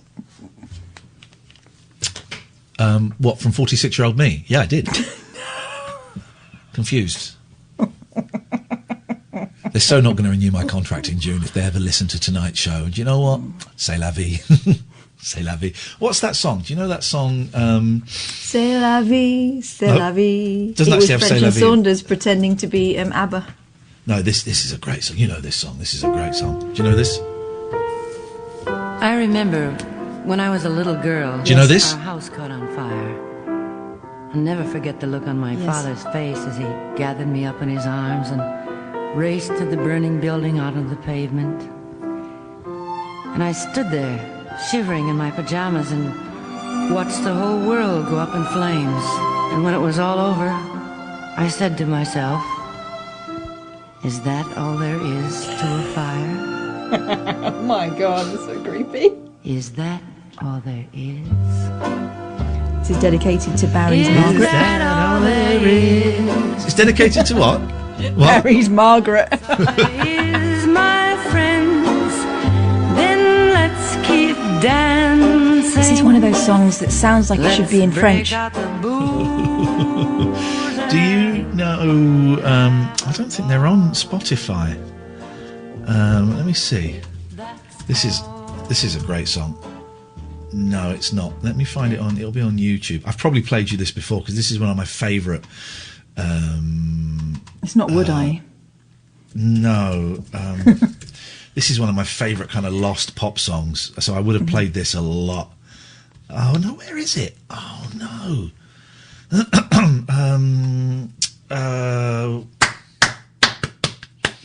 Hang on a minute. Don't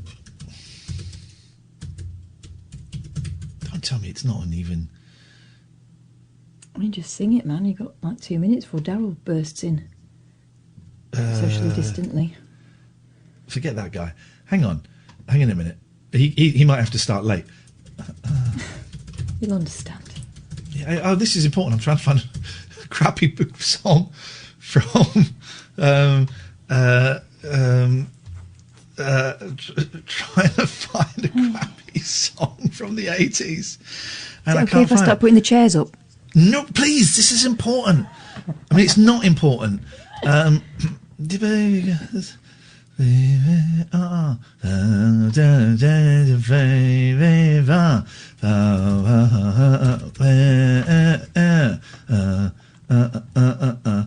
Who did Would I for the sake of YouTube? No, it's not. I don't know who did Would I. It's not. It's not on. It's not on YouTube. There's Papa Doodle Dandy, but that's Vic and Bob's show. Oh, this video looks good though. Oh my God, I can't watch that. That's terrible. I can't find it. But this, I can't find it. That sounds like the Gay Exchange advert. What's that? Remember that guy? This is the band. Man. Yeah, I do. This is the band I was trying to find, but I can't find the song. So this is Milan. Do you remember Milan? Yes. Wasn't Samantha Janus in that? No. Let's try again. McCutcheon was in it. And they did a brilliant song, which I used to have, called Lead Me On. And it is a great lost pop song. And well, it's lost because even I can't find it now, and I can't log into that. I mean, I've not got it here, have I, Milan? I've got it, but I haven't got the disk drive that is Milan. Lead Me On. Oh God, no! I can't find it. Means that tomorrow I've got to spend the whole Milan. Lead Me. It's not on YouTube. It's a great song. They've taken it off and burnt it. What's this? MTV UK 2011. Could that be it? God, I want to go back in time. I want to date everyone in Milan. Is this it? Leave Me On. Play it. No, play it's it. not there. No. This is awful. What a terrible, terrible ending to a show. Let's get Daryl Morris up. Good evening, Daryl. You guys need a couple of days off to regroup, rethink. We only had 2 days off Monday, Tuesday. Well, what a whimper. I wish you'd heard us earlier. We were ranting about politics. We were slagging off the government. We were being funny. We were being quick. We were being vulgar. Yeah. And then you just hear the last 10 minutes where we're trying to find an obscure track by a band that Martine McCutcheon was in.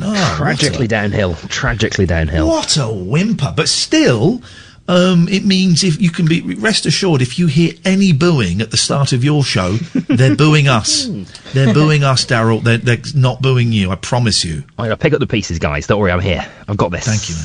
I've got this. Anything happening on your show tonight? Michaela's here. Hello. Michaela is in the building. Hi. At last, we've got some quality content coming up in that case, and we have some professionalism. Michaela, we one day the four of us will meet up and have a coffee when this weirdness is over.